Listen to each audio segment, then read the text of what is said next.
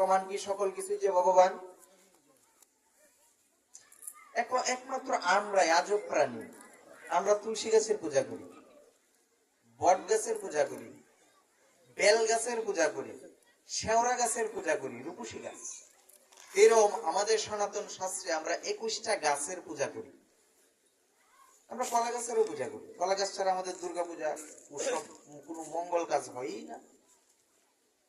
কেন করি? কারণ এই দর্শনটা আমাদের বেদ আমাদের শিক্ষা দিয়েছে। অন্য অন্য সিস্টেমে যদি যান, এটাই তোমাকে করতে হবে বাধ্যতামূলক।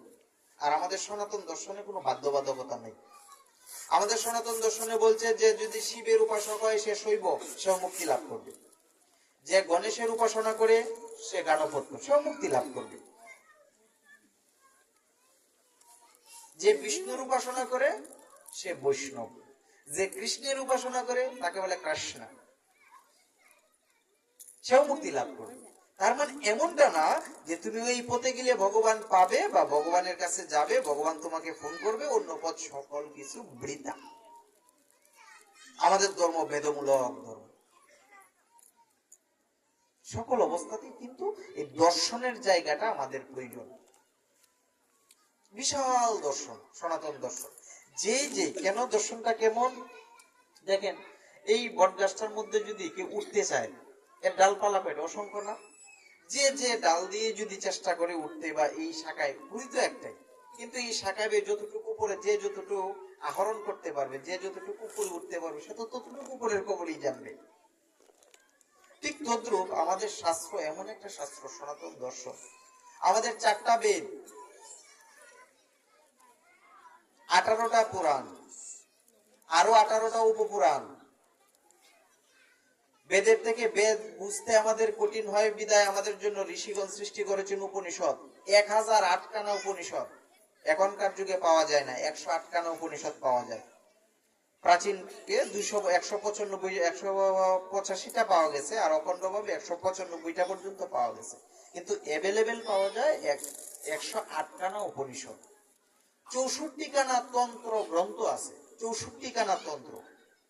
শুধু যদি একটা বেদেই পড়ে, কেউ যদি চেষ্টা করে যে আমার এই জীবনে আমি পরে শুধু দেখে যাব, তার এক জীবন শেষ হয়ে যাবে। আমাদের সনাতন ধর্মের শাস্ত্র শেষ করতে পারবে না।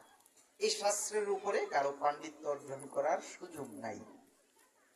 এখন কি, ডাক্তার তো অনেক আছে, নাক কান গলা বিশেষজ্ঞ একজন, চক্ষু বিশেষজ্ঞ একজন, হার্টের বিশেষজ্ঞ একজন। তো এই যারা নির্দিষ্ট একটা বিষয়ের উপরে বিশেষ জ্ঞান অর্জনকৃত, যা গবেষণালব্ধ জ্ঞান আছে, তারা এই বিষয়ের উপরে স্পেশালিস্ট, জাস্ট এইটুকু। তো রাধে রাধে। তো আমাদের আজকের আলোচনা ভগবান যতটুকু শাস্ত্রের আলোকে, কারণ বেশপীঠ থেকে কখনো নিজস্ব মতবাদ প্রচার করা যায় না। বেশপীঠে যে কেউ বসতে পারে না। পরম্পরা হয় 2 ধরনের।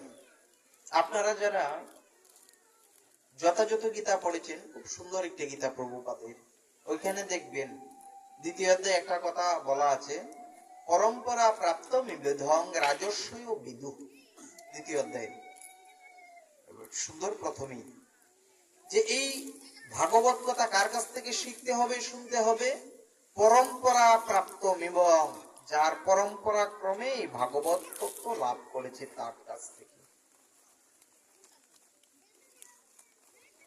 তো এখানে পরম্পরা হয় 2 ধরনের, এটা অনেকেই হয়তো বুঝবেন। একটা হচ্ছে দীক্ষার পরম্পরা, একটা হচ্ছে ভাগবত পরম্পরা। ভাগবত পরম্পরাটা কি? আজকে আপনারা যারা এখানে এসেছেন, বসেছেন শ্রীবাসঙ্গনে, এটা ভাগবত পরম্পরায় আপনারা আলোচনা শ্রবণ করছেন। এটা ভাগবত পরম্পরা। কারণ বেশাসনে যে বসে সে গুরু, আর শ্রোতার আসনে যারা বলে শিষ্য স্বরূপ, ভক্ত স্বরূপ। এটা ভাগবত পরম্পরা। আর গুরু পরম্পরা কোনটা? আমার গুরুদেব, তার গুরুদেব, তার গুরুদেব। যদি এই পরম্পরা ক্রমে সেটা কৃষ্ণ পর্যন্ত পায়, তাহলে গিয়ে এই পরম্পরা সঠিক, এই মন্ত্র সঠিক। কেন? সহজ কথায়, এখানে আমাদের বিদ্যুতের বাতিগুলো খুব সুন্দর জ্বলছে। যদি মেইন লাইনের সাথে তারটা জোড়া না দেয়, উৎসবের বাতিগুলো জ্বলবে, যতই আমরা লাইট দেই আলো পাবো না। ঠিক তদ্রূপ দীক্ষা নেওয়ার আগে গুরুদেবকে প্রশ্ন করতে হবে যে আপনি কোন পরম্পরার দ্বারায় আছেন, আপনার পরম্পরা আছে কিনা। মহাপ্রভু 4টা সম্প্রদায় কলির যুগে অনুমোদন করেছেন। মাধ্যাচার্য, বিষ্ণু স্বামী, রামানুজাচার্য, নিম্বাক্য সম্প্রদায়। এই 4টা সম্প্রদায়ের ভিতরে দীক্ষিত হলে যদি আমাদের কলির যুগের মুক্তির পথ কিছু আমরা পাই। 4টা সম্প্রদায় মহাপ্রভু সমর্থন করে গেছে। এই অনেক কথা। তো আমরা অনেকেই, আমি আজকে আপনাদের শুধু সময় অল্প 3টা জিনিস দেওয়ার চেষ্টা করব। যে হরিনাম সর্বপ্রথম কে শুরু করেছিলেন, কিভাবে হয়েছিলেন, কিভাবে পেলাম। আর আমরা বলি বেদ বিধির বাইরে গিয়ে কাজ করতে হবে, বেদ বিধির ঊর্ধ্বে উঠে কাজ করতে হবে। অনেকেই বলি অমুকের যারা বৈষ্ণব হয় তার আর কোনো সুজ নাই, অসুজ নাই, তার আর কোনো কিছু নাই, এরা ঊর্ধ্বে স্তরে আছে। রাধে রাধে।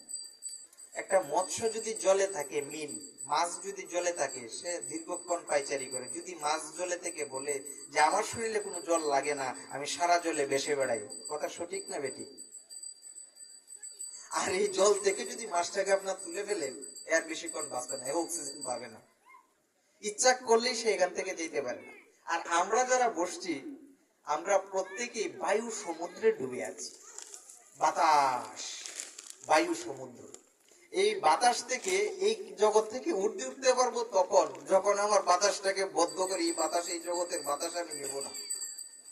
এই বাতাসটার মধ্যে বৈজ্ঞানিক ভাবে জলীয় কণা, বিভিন্ন অনুকরণ, অনেক কিছু আমাদের আসে বাতাসের সাথে। তো এখন আমি যে চিন্ময় জগতে উঠে গেছি, বলতেছি চিন্ময় জগতে উঠে গেছি, ঘুমাচ্ছি আবার খাটের মধ্যে, আমার শরীরে শীতের পোশাকও আছে, এটা তো চিন্ময় না বাবা। আবার ওষুধ হইলে গ্যাসের ট্যাবলেট খাই, এটাও চিন্ময় ট্যাবলেট বলে কোন ট্যাবলেট নাই। দাঁত ব্রাশ করি, 2 দিন ব্রাশ না করলে দুর্গন্ধে কাছে বিরা যাবে, এটাও চিন্ময়, কোনো টুথপেস্ট নাই। এখন বলতে পারে না এটা ভাবনার জগৎ। ভাবনার জগৎটা ভাবনাতেই ফলপ্রসূ, এটা বাস্তবিক জগতে দেখানো যায় না। আমি ভাবলাম আমি এখানে বসে আমি রাজা হয়ে গেছি, সবাই বলবে এ পাগল, বড্ড পাগল। আমি ভাবলে এই ভাবনা সঠিক না, এর নির্দিষ্ট প্রমাণ থাকতে হবে। আর আমাদের সনাতন দর্শনে মন গড়া কিছু করার সুযোগ নাই, কারণ প্রত্যেকটা সিস্টেম আমাদের শাস্ত্রে, বেদে, উপনিষদে, পুরাণে আমরা কিভাবে চলবো সম্পূর্ণ বিষয় লেখা আছে। রাধে রাধে। আর আমরা কেন ইচ্ছা করলে বাবা সুন্দর সুন্দর গল্প বলতে পারতাম। মাথার উপর আম পড়েছে, আমের পরে কে, এই আম খেয়ে অনেক মিষ্টি লেগেছে, বা সবাই হাতও তালি দিয়েছে, কিন্তু এর অর্থ কি? কিছুই না।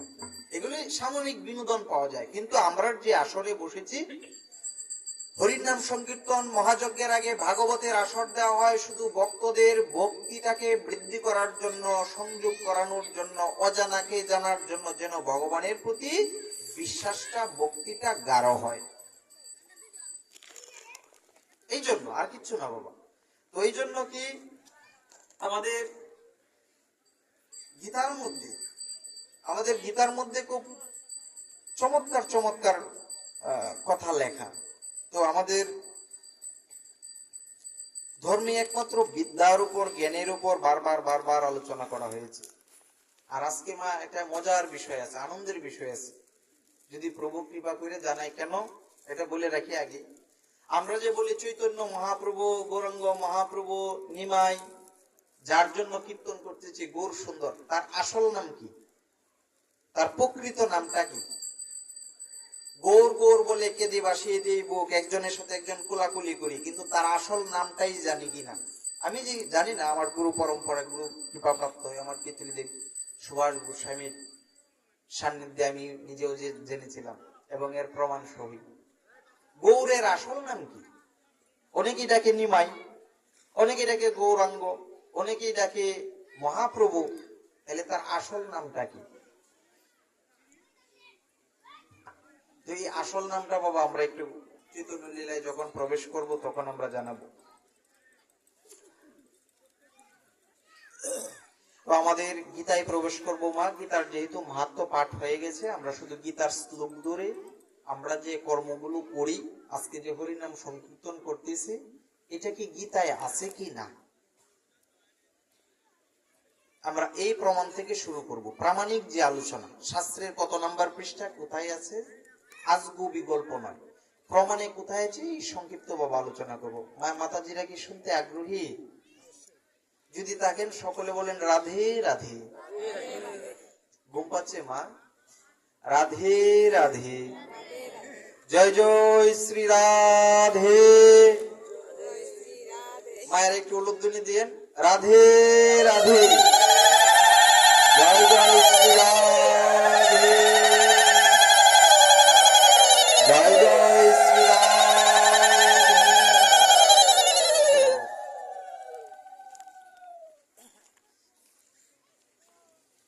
তো আমাদের সনাতন দর্শনে একমাত্র বিদ্যার উপর গুরুত্ব দিয়েছেন। কি বলছেন? বিদ্যা বন্ধুজনা বিদেশা গমনং বিদ্যা পরং দেবতাং বিদ্যাং নানা সংরূপ বিকং গুচ্ছফ ধনং বিদ্যাং বুককারিং যশ সুকিং বিদ্যাং গুরুণাং গুরু বিদ্যাং বন্ধুজনং বিদেশে গমনে বিদ্যাং পরাদেবতা বিদ্যা রাজস্ব পতিতাং বিদ্যাং পশু। কি কইছে? বিত্তহারীর নীতি শতকে বলছে বিদ্যা নাম নারস্য রূপমাদিকং গুপ্ত ধনং। যে বিদ্যান ব্যক্তি বিদ্যা অর্জন করে তার জীবনে সে গুপ্ত ধন লাভ করে। দ্বিতীয় শ্লোকে বলছে বিদ্যা ভোগ করি যশ সুখকারী। যে বিদ্যান ব্যক্তি সে সুখ ভোগ করতে পারে, যশ লাভ করতে পারে। বিদ্যা গুরুণাং গুরু। বিদ্যা এমনই এক জিনিস, বিদ্যা গুরুরও গুরু। বিদ্যা বন্ধুজন বিদেশাগমনং বিদ্যা পরাদেবতা। বিদেশে যখন বন্ধু বন্ধুকে নিয়ে যায়, নিয়ে যখন বন্ধুর হাত বন্ধু ছেড়ে দেয়, তখন সে অসহায় হয়ে পড়ে। কিন্তু তার যদি বিদ্যা জানা থাকে তাহলে সে কি করতে পারে? নিজে অতিক্রম করতে পারে। বিদ্যা রাজস্ব পূজিতা নতু ধনং। যার ধন আছে তাকে কেউ পূজা করে না, কিন্তু বিদ্যা যে রাজা, রাজাও বিদ্যানকে পূজা করে। বিদ্যাহীনা পশু। যে ব্যক্তির বিদ্যাহীন সে পশুর মতোই, বলদের মতোই কেটে যায়। বলদ কি করে? গাধা কি করে? পিঠের মধ্যে বার বহন করে মণি মুক্তা অনেক মূল্যবান জিনিস নিয়ে যায়, ফলমূল নিয়ে যায়, কিন্তু নিজে আহার করতে পারে না। ঠিক তদ্রূপই। এই জন্যই আমাদের সনাতন শাস্ত্রে গীতার মধ্যে সর্বপ্রথমে এই বিদ্যার উপর গুরুত্ব দিয়েছে। রাধে রাধে। তাই এই আমরা এখানে বসলে কি হয়? হরিকথায় বসলে কি হয়? আমাদের বিদ্যা লাভ হয়। এটা কি বিদ্যা? এটা হচ্ছে ব্রহ্ম বিদ্যা। রাধে রাধে।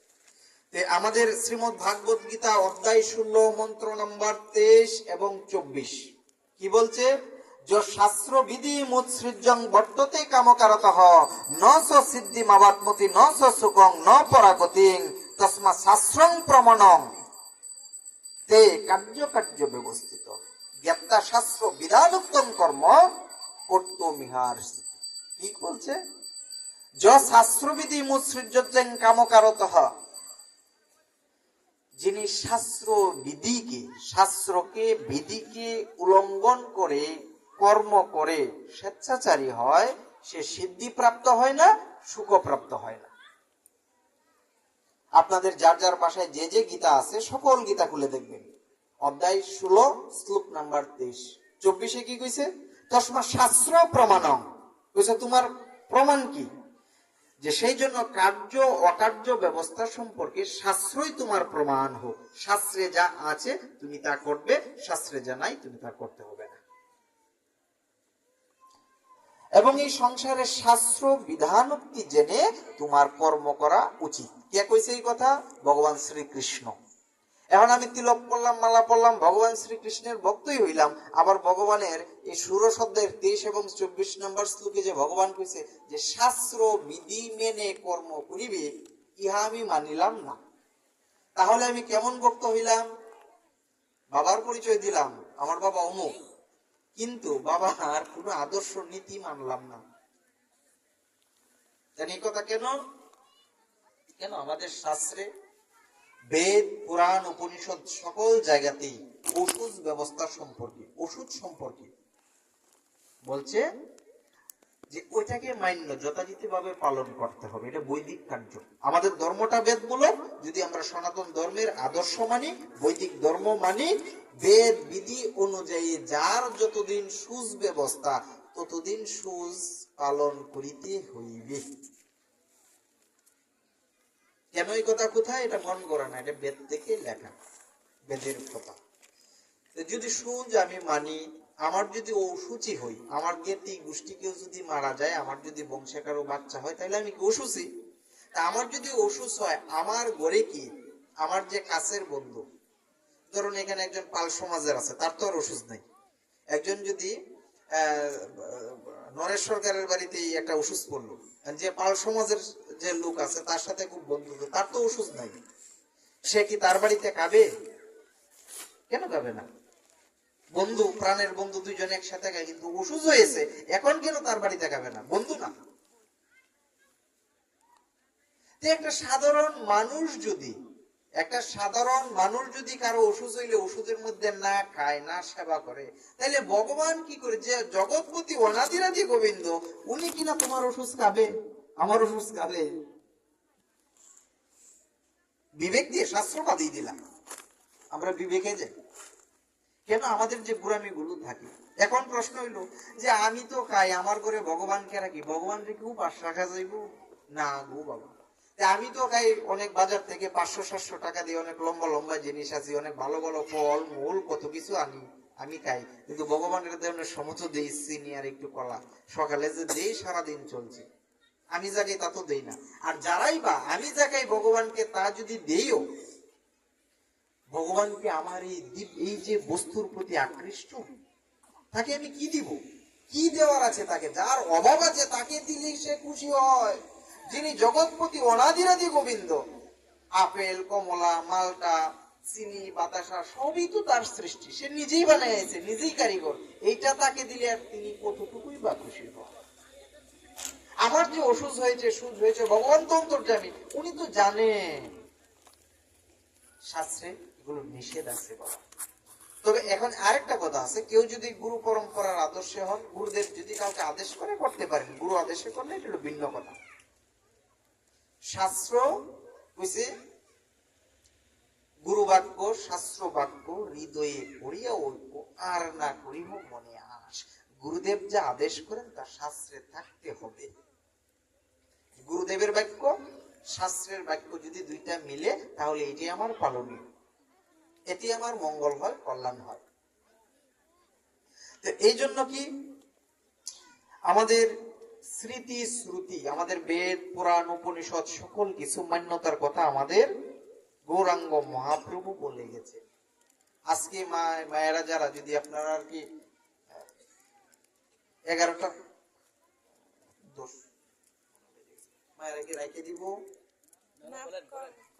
মানে মহাপ্রভুর যে বংশ, আমরা যে বলি মহাপ্রভু সম্পর্কে আমরা জানি না, যে মহাপ্রভুর যে আসল নাম, আপনারা তো অনেক বড় বড় পাঠকে যান, আমি শুধু গুরু কৃপাতে, যদি গুরু কৃপাতে আমার পিতৃদেব ওনার আশীর্বাদে যতটুকু চেষ্টা করবো, 3টা জিনিস নিয়ে যান মানুষের দিকে। তো আমাদের এই জন্য কেন বলছি, এর প্রমাণ কি, যে আমাদের ওষুধের মধ্যে অনেকেই প্রশ্ন করে, আজকে আমরা আমাদের নরেশদের বাসায় ওঠার পরে ওনাদের ওষুধি এগুলো নিয়ে অনেক কিছু হয়, যাই হোক।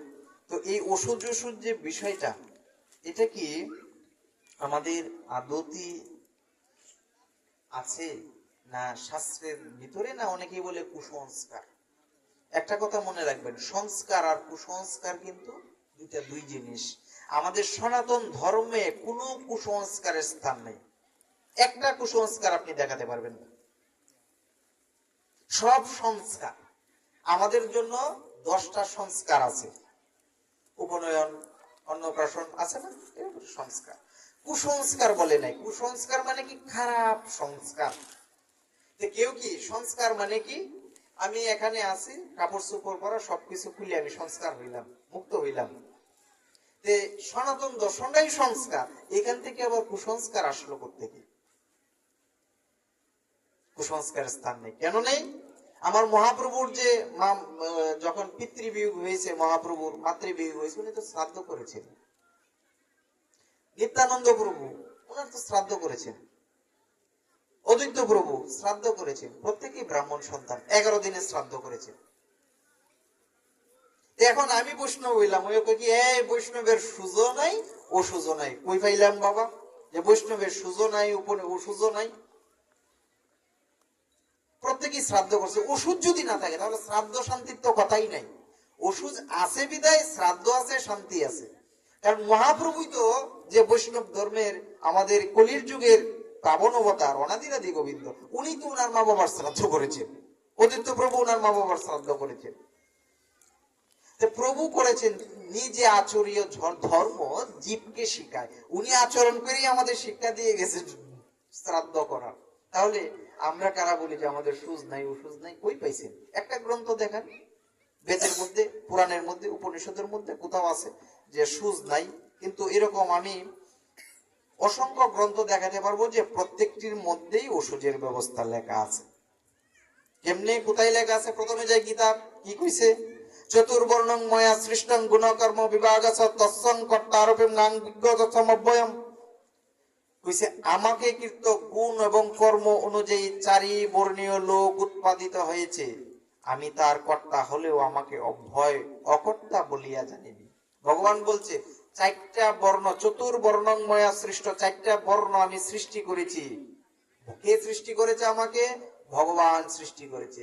এই শ্লোকের গীতার ৪র্থ অধ্যায়ের ১৩তম শ্লোকের প্রমাণ কোথায়? চৈতন্য চরিতামৃতে। কি কইছে চৈতন্য চরিতামৃতে? জীবের স্বরূপ হয় নিত্য কৃষ্ণ দাস। আমাদের স্বরূপই হচ্ছে আমরা কৃষ্ণের দাস। কেন? এই যে ভগবান সৃষ্টি করেছে, ভগবানের একটা অংশ আমার মধ্যে আছে। আচ্ছা, এরপরে কি কইছে? গীতার অষ্টাদশ অধ্যায়, শ্রীমদ ভাগবত গীতা অষ্টাদশ অধ্যায়ের শ্লোক নাম্বার ৪১। ব্রাহ্মণ ক্ষত্রিয় বিংসাং শূদ্রাণাং চ পরং তপং কর্মাণি প্রবিভক্তানি স্বভাব প্রভবৈ গুণঃ। হে পরম তপ, ব্রাহ্মণ, ক্ষত্রিয়, বৈশ্যগণের এবং শূদ্রগণের কর্ম সকল স্বপ্রভাব গুণ সমূহ দ্বারা প্রবিভক্ত হয়েছে। স্বস্বভাবজাত গুণ সমূহ দ্বারা প্রবিভক্ত হয়েছে।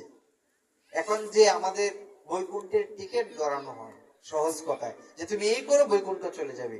বৈকুণ্ঠ কি, আমার দাদা তো মারা গেছে, রাধানাথ গোস্বামী ছিলেন, তো উনি মরে যাওয়ার, বৈকুণ্ঠে যাওয়ার পরে আমাদের ফোন করে না যে আমি তো বৈকুণ্ঠে চলে আসছি, বৈকুণ্ঠের টিকিট আছে। যদি এমনই হইতো, বৈকুণ্ঠের টিকিট এত সহজ হইতো, তাহলে আর এত সাধন ভজন কঠিন তপস্যার কোনো প্রয়োজনই ছিল না। অত সহজ না বৈকুণ্ঠের টিকিট। বৈকুণ্ঠ শব্দের অর্থ কি আগে সেটা বুঝতে হবে। ব্যাকরণে কি বলে বৈকুণ্ঠ? যেখানে কোনো কুণ্ঠা নাই, যেখানে ভয় নাই, ক্ষুধা নাই, তৃষ্ণা নাই, জ্বালা নাই, যন্ত্রণা নাই, অশান্তি নাই, সেটাই বৈকুণ্ঠ। আপনারা যা এই প্যান্ডেলে বসেছেন, আপনাদের কি ভয় আছে কেউ?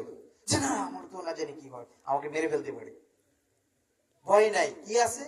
কিছু পাওয়ার, ভগবত কথা, ভগবানের প্রীতির জন্য এসেছেন। এইটাই হচ্ছে বৈকুণ্ঠ। যেইখানের ভক্তগণের হয় আগমন, আনন্দের উৎপাটনই ভোগ, বিশেষ ভয় নিবারণাই কহ, তত বৈকুণ্ঠ দাম সদ্দামহা। কি বলছে? যে যেইখানে ভক্তগণ আনন্দের স্বরূপে উপস্থিত হয়, সেইখানে অনাদিরাদি গোবিন্দ এসে বৈকুণ্ঠ লোকে স্থাপন করে। তাই গৌর হরি বল। মায়েরা কোথায় বসেছেন? বৈকুণ্ঠে। এটা কোথায় বৈকুণ্ঠ? শাস্ত্রের প্রমাণে বৈকুণ্ঠ। এটাতে আপনি কি করে যাবেন? বৈকুণ্ঠে যাবেন কখন? যদি মরতে পারেন তখন তো বৈকুণ্ঠে যাবেন। আমরা সবাই স্বর্গে যেতে চাই, না মরলে কেউ স্বর্গে যায়? কিন্তু মরতে কেউই চাই না। না মরলে তো স্বর্গে যেতে পারবো না, তাহলে বৈকুণ্ঠে যেতে চাই। বৈকুণ্ঠে গেলে তো এই দেহটাকে নিয়ে বৈকুণ্ঠে যাওয়া যাবে না, এই দেহটাকে রেখে যেতে হবে। এই জন্য কীর্তন আসলে কি বলে? ধুলা নয়, ধুলি নয়, গুপি পদ রেণু। হয় না যে আমরা যদি ধুলা ভরে কি করি? মুছে ফেলি, কাপড় ধুয়ে ফেলি। ধুলি কোনটা? অনেক সময় ধুলি ভস্ম হিসেবে কপালে মাখি, কিন্তু একটা সময় কি করি? ধুলিটাও মুছে ফেলি। ধুলা যদি হইতো মুছে ফেলতাম। ধুলা নয়, ধুলি নয়, গুপি পদ রেণু। এই যে ভক্ত সঙ্গে বসেছেন, এনাকে ধুলাও নাই, ধুলিও নাই, এখানে যা আছে এটি গুপি পদের রেণু। যে চরণের ধুলাগুলো পড়ে প্রত্যেকটাই কি? গুপিদের রেণু। এখন গুপি কাকে বলে? যে গোপনে গোবিন্দ ভজে তাকে বলে গোপী। গোবিন্দ ভজন কি কেউ ওপেন ভজে? ওপেন খোলামেলা কি কেউ ভজন করে? গোবিন্দ ভজন করে? প্রত্যেকের ঘরে সুন্দর একটা সিংহাসন আছে, প্রত্যেকের ঘরে গোবিন্দের মূর্তি বিগ্রহ আছে, প্রত্যেকে গোপনে গোপনে ফুল তুলে, ভুলে কেউ যেন না দেখে, ফুল তুলে তুলসী তুলে তুলে গোবিন্দের চরণে দেয় প্রণাম করে। যেই গোপনে গোবিন্দ ভজে সেই গোপী। নহে নারী নহে পুরুষ, নারী পুরুষের কোনো বিভেদ নেই, যেই গোপনে গোবিন্দ ভজে সেই গোপী। আর যারাই গোবিন্দকে ভজে, গোবিন্দকে ভালোবাসে, তারাই এই গোবিন্দের শ্রীয়াঙ্গিনায় আগমন করে। নিতাই গৌর হরি বল।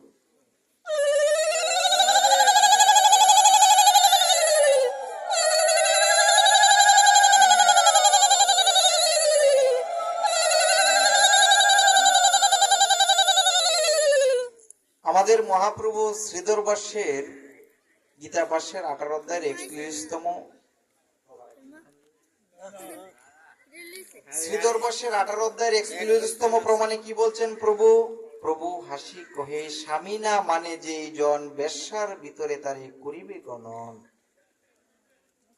স্বয়ং মহাপ্রভু যে প্রভু হাসি কহে, শ্রীধর স্বামী কি? শ্রীধর স্বামীর টিকা নিয়ে, চৈতন্য চরিতামৃতে শ্রীধর স্বামীর টিকা নিয়ে মহাপ্রভুর কাছে আসছে।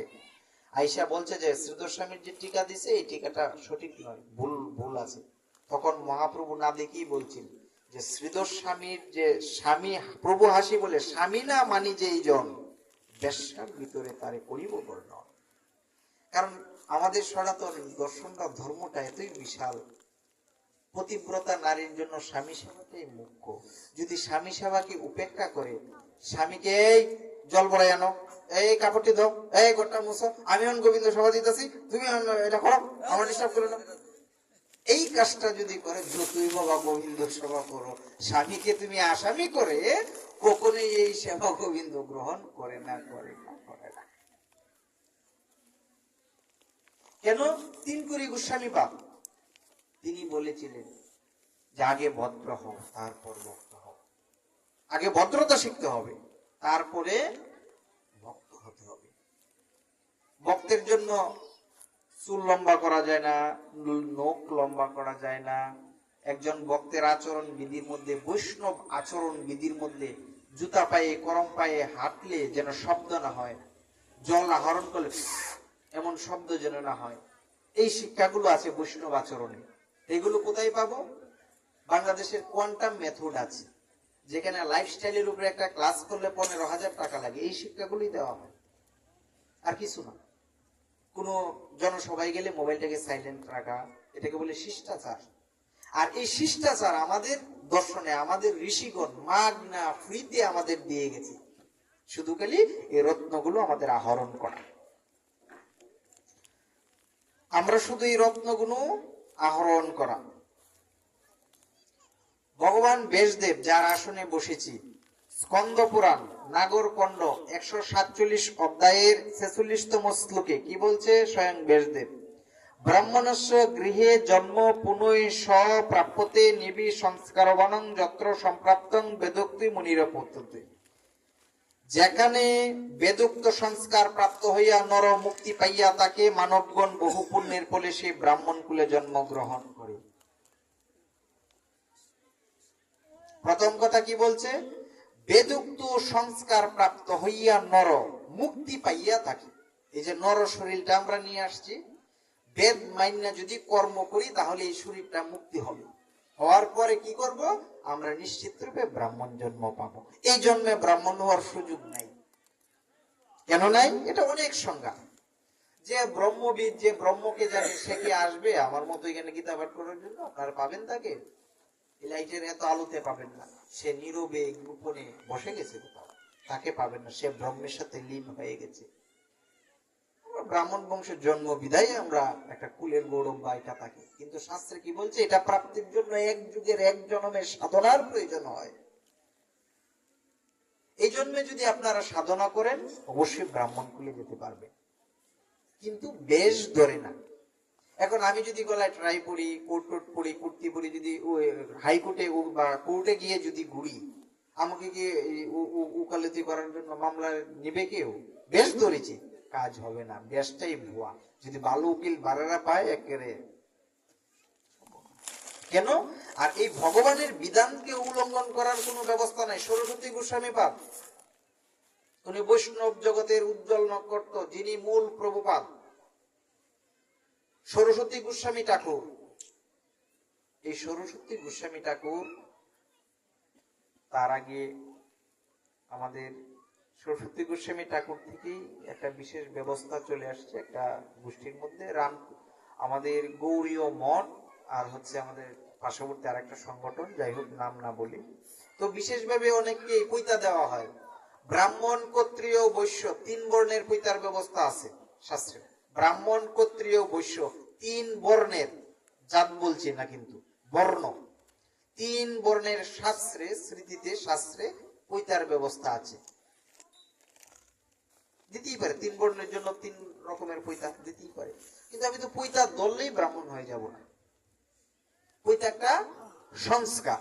তো অনেকেই আছে দীক্ষা লওয়ার পরে যে ব্রাহ্মণ দীক্ষা, দীক্ষা নিয়ে অনেকেই ব্রাহ্মণ হয়ে যায়, ভালো কথা। আমি ব্রাহ্মণের ফুল, আমি দীক্ষা নিয়ে আমি বৈশ্য হইতে চাই, কারণ আমার জন্য ব্রাহ্মণ সন্তানের জন্য ব্যবসা করা বা ব্রাহ্মণ সন্তানের জন্য হাল চাষ করা, গো দিয়ে হাল চাষ করা নিষেধ, শাস্ত্রে নিষেধ। ঘোড়ার গাড়িতে ওঠা নিষেধ, কোনো প্রাণীর উপরে ওঠা নিষেধ, আঘাত করা নিষেধ। কারণ আমার ইচ্ছে হইলো আমি হাল চাষ করব, গো দিয়ে হাল চাষ করব, গরুকে পিটাবো, আমার ইচ্ছা। আসেনি এমন কোন মন্ত্র যে আমাকে ইয়া বানানি যায়, মন্ত্র দিয়ে এই বৈশ্য বা ক্ষত্রিয় বানানি যায়? আমি যজ্ঞাভিষেক করবো, ব্রাহ্মণের কারণে অস্ত্রের দ্বারা আঘাত দিয়ে, এগুলো ব্রাহ্মণের কর্ম না। তা আমার ইচ্ছে হইলো যে আমি একজনকে আঘাত টাঘাত করবো, আমার শরীরে অনেক শক্তি, আমি মানুষকে মারতে চাই, শাসন করতে চাই অস্ত্রের দ্বারা। আসেনি এমন কোন মন্ত্র, এবং এর আগেও ছিল না। এই জন্য বলি বাবা, আপনাদের বেদ পড়েন, আমাদের বেদ থেকে দূরে রাখা হয়, উপনিষদ থেকে দূরে রাখা হয়, গীতা তো পড়েই না। মূল যে প্রামাণিক গ্রন্থ, যারা শিক্ষিত ছেলে মেয়ে আছেন প্রত্যেকেই চেষ্টা করেন, এখন বেদ অ্যাভেলেবেল পাওয়া যায়, এগুলো কিনেন, পড়েন। সারা জীবন গীতার আলোচনা শুনবেন, ভাগবতের আলোচনা শুনবেন, কিচ্ছুটি লাভ হবে না নিজে যদি চর্চা না করি, নিজের চোখে যদি সঠিক বস্তুটাকে না দেখি। এবং এর অসংখ্য প্রমাণ আছে। যে অনেকেই বলে যে এই ব্রাহ্মণের ঘরে জন্ম নিলে কি ব্রাহ্মণ হইব, ডাক্তারের ঘর থেকে ডাক্তার হয় নাকি? এইটা বুঝতে হইব, বলদের কমন সেন্স থাকার দরকার। একটা হইলো পেশা, বৃত্তি, পেশার বর্ণ, দুইটা তো দুই জিনিস। অনেক ব্রাহ্মণ সন্তান আছে না ডাক্তারি করতেছে, এরকম অনেক মূর্খ ব্রাহ্মণ আছে ক্ষেতের মধ্যে হাল চাষ করে, আছে না? তাইলে কি হইলো? পেশা। ব্রাহ্মণের ঘরে জন্ম হইলেই পূজা কর্মের অধিকারী না হয় না, যতক্ষণ না পর্যন্ত সংস্কার না আসে। এটা তো পেশা না, ব্রাহ্মণের কর্মটা কোনো ব্যবসা না, পেশা না। পেশা, ডাক্তারি পেশা, ইঞ্জিনিয়ার একটা পেশা, পড়াশোনা করে ইঞ্জিনিয়ার হয়, ডাক্তারি একটা পেশা,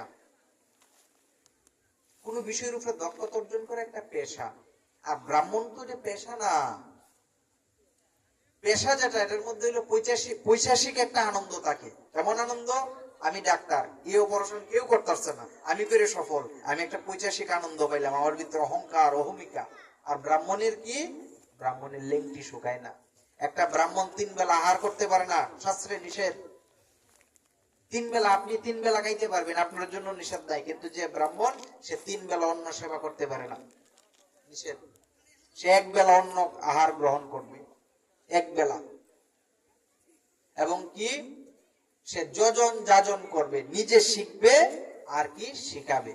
কারণ শিখবে যে একটা যদি বই কিনে, যেমন বেদ, বাংলাদেশের অক্ষয় লাইব্রেরির বেদ কিনলে 7,500 টাকা লাগে, তখন এই ব্রাহ্মণ এসে 7,500 টাকা দিয়ে বেদ কিনবো কই, পড়বো কই, এই সময় কই? 5 বেটা যদি খাতার মধ্যে 4-5টা কথা লিখে ঘন্টাটা শক্ত করে বাজাইবো, আর কোনো শব্দ শোনার ব্যবস্থা নেই। বেদ পড়ার সুযোগ কই? 4 বারে যদি পূজা করে 4 দ্বিগুণে 800, 5টা করতে পারলে 1000, আরো 2-4-5টা করতে পারলে 2-4-5,000 হইল। বেদ করার দরকার কি? দিনকে দিন, হামকে হাম, লুককে লুক, টকানো টকানো, ব্যবসা আগে করেন শেষ। এই জন্য আমরা কি কারণে ঠকছি? আমাদের ধর্মগুরু দুর্বল। এই সনাতন শাস্ত্রটাকে ডুবাইছে কিছু অর্ধশিক্ষিত আর কিছু অশিক্ষিত লোক। এই সনাতন শাস্ত্র মূর্খের না, অশিক্ষিতের না, অর্ধশিক্ষিতের না। যে আচার্য দেব ছিলেন, যারা আমাদের বেদ পুরাণ উপনিষদ আমাদের এই বেশাসনে বসতেন, তারা বিজ্ঞ বিজ্ঞ মহাপণ্ডিত। গৌরাঙ্গ মহাপ্রভু, তার বাবা 1 মাসের মধ্যে 20 দিন ঠিক মতো সেবা করতে পারে নাই। উনি বিদগ্ধ পণ্ডিত ছিলেন, জগন্নাথ মিশ্র বিদগ্ধ পণ্ডিত, এটা বলবো। তখন একদিন সচী দেবী বলছিলেন যে তুমি এত বড় পণ্ডিত আর একটা মঙ্গল চণ্ডী পর্যন্ত করাইতে পারো না। স্বামীকে বলতেছে যে তুমি শুনি এত বড় পণ্ডিত যে মহাভারতের নিজের একটা পর্ব নিজের কলমের হাতে লিখে নিজে লিখে ফেলেছিলেন। কেমন পণ্ডিত ছিলেন উনি সংস্কৃতির। কারণ ভগবান যে আসবেন, যোগ্য সন্তান যে পাবো, যোগ্য মা বাবাও তো দরকার। তখন তার স্ত্রী অভাব অনটন, মেয়ে মানুষ তো কত সহ্য করতে পারে। তখন বলছেন গৌরাঙ্গ মহাপ্রভুর বাবাকে, জগন্নাথ মিশ্রকে, যে এই মিশ্র, যে তোমার থেকে যারা কম জানে, তোমার থেকে যারা মূর্খ, তারা কত ধনবান, তারা কত যাজনিক করে, তারা কত পূজা করে, আর তুমি এত বিজ্ঞ পণ্ডিত হয়ে আমাদের অভাব আর যায় না, আমাদের অনটন আর যায় না। তখন জগন্নাথ মিশ্র সচী দেবীকে বলছেন, এই সচী দেবী এদিকে আসো। কি ওই আকাশে কি দেখা যায়? এই যে কি যাচ্ছে, কেন? এই যে পাখির দল ডানা মেলে উঠছে, যাকে যাকে যাচ্ছে। এই পাখিকে কে খাবার দেয়? কেউ দেয় না। এই পাখি কি ইনকাম করে, রুজি করে, রোজগার করে? না। তাহলে এরা কি মরে গেছে? যে না। এরা যদি না মরে থাকে, তাহলে ভগবত কৃপায় থাকো, তুমিও খাদ্যের অভাবে মরবে না। এই সচী স্বামীর মুখপানে চেয়ে এদিন দেখি আর জগন্নাথ মিশ্রকে বলা ছেড়ে দিল। আজকে বলি আমরা জগতের কষ্ট, জগতের দুঃখ। যে গৌরাঙ্গ মহাপ্রভুর মা, উনি 8টা কন্যা সন্তান জন্ম দিয়েছেন, প্রত্যেকটি মরা। কোনটা ওষুধগড়, এখন তো এগুলো হয় না, হাসপাতাল হয়, বাড়িতেই নিয়ে আসি। সেটাকে বলে সূতিকা গৃহ। যে ঘরে বাচ্চা হয় এটা আলাদা রাখতে হয়। এই কোন বাচ্চা সূতিকা গৃহে মারা গেছে, কোন বাচ্চা 2 দিন থেকে মারা গেছে, কোন বাচ্চা 3 দিন থেকে মারা গেছে। যে মা 8টা মেয়ের 8টা সন্তানের মৃত্যু দর্শন করেছে, সে কি মা? সে কি কোনো মানুষ? সহ্য করতে পারবো আমরা?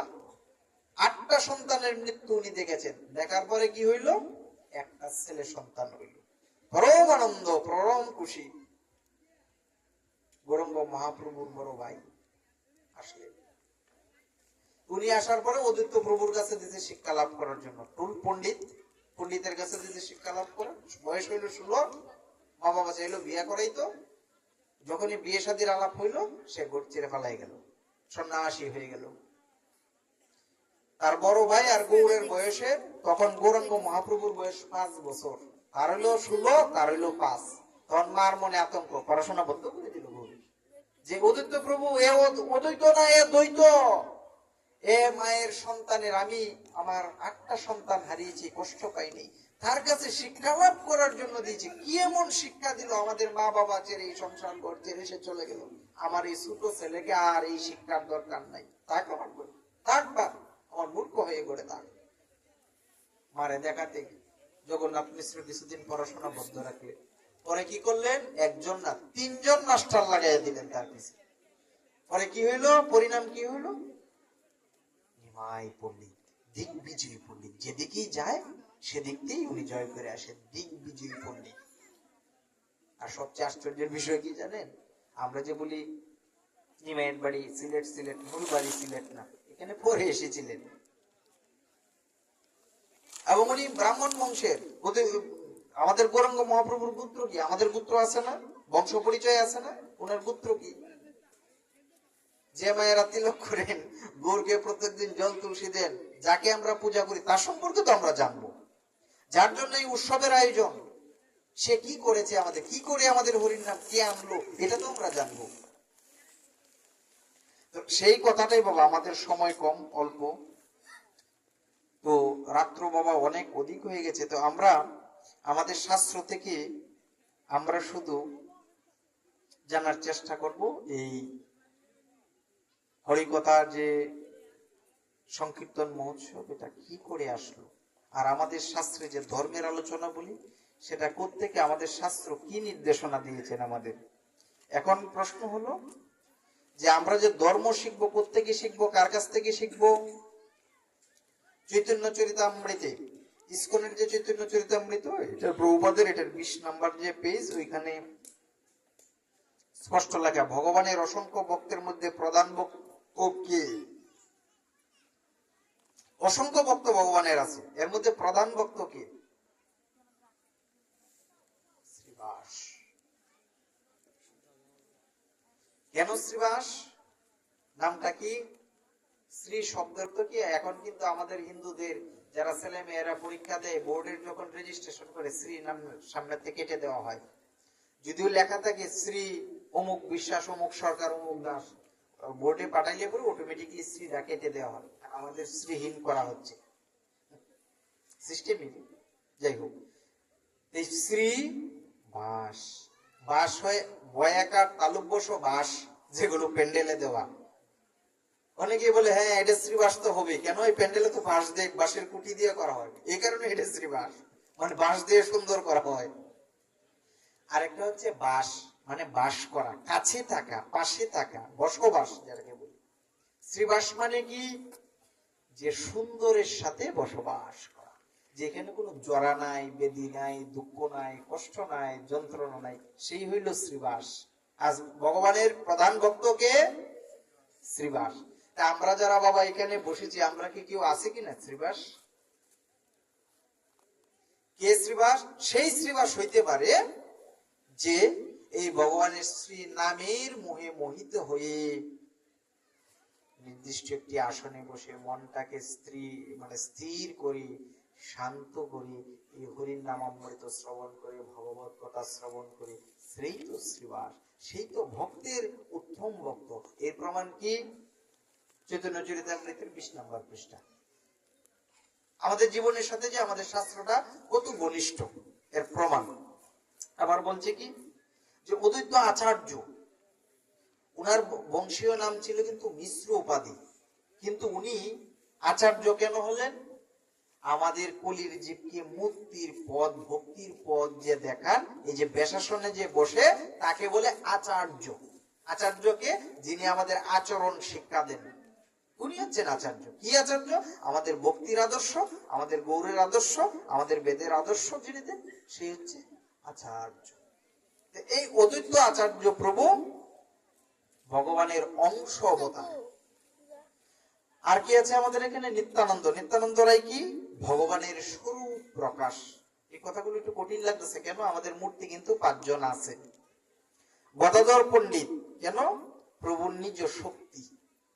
আর হচ্ছে শ্রীকৃষ্ণ চৈতন্য মহাপ্রভু স্বয়ং ভগবান। নিতাই গৌর হরিবল। কথাটা কি?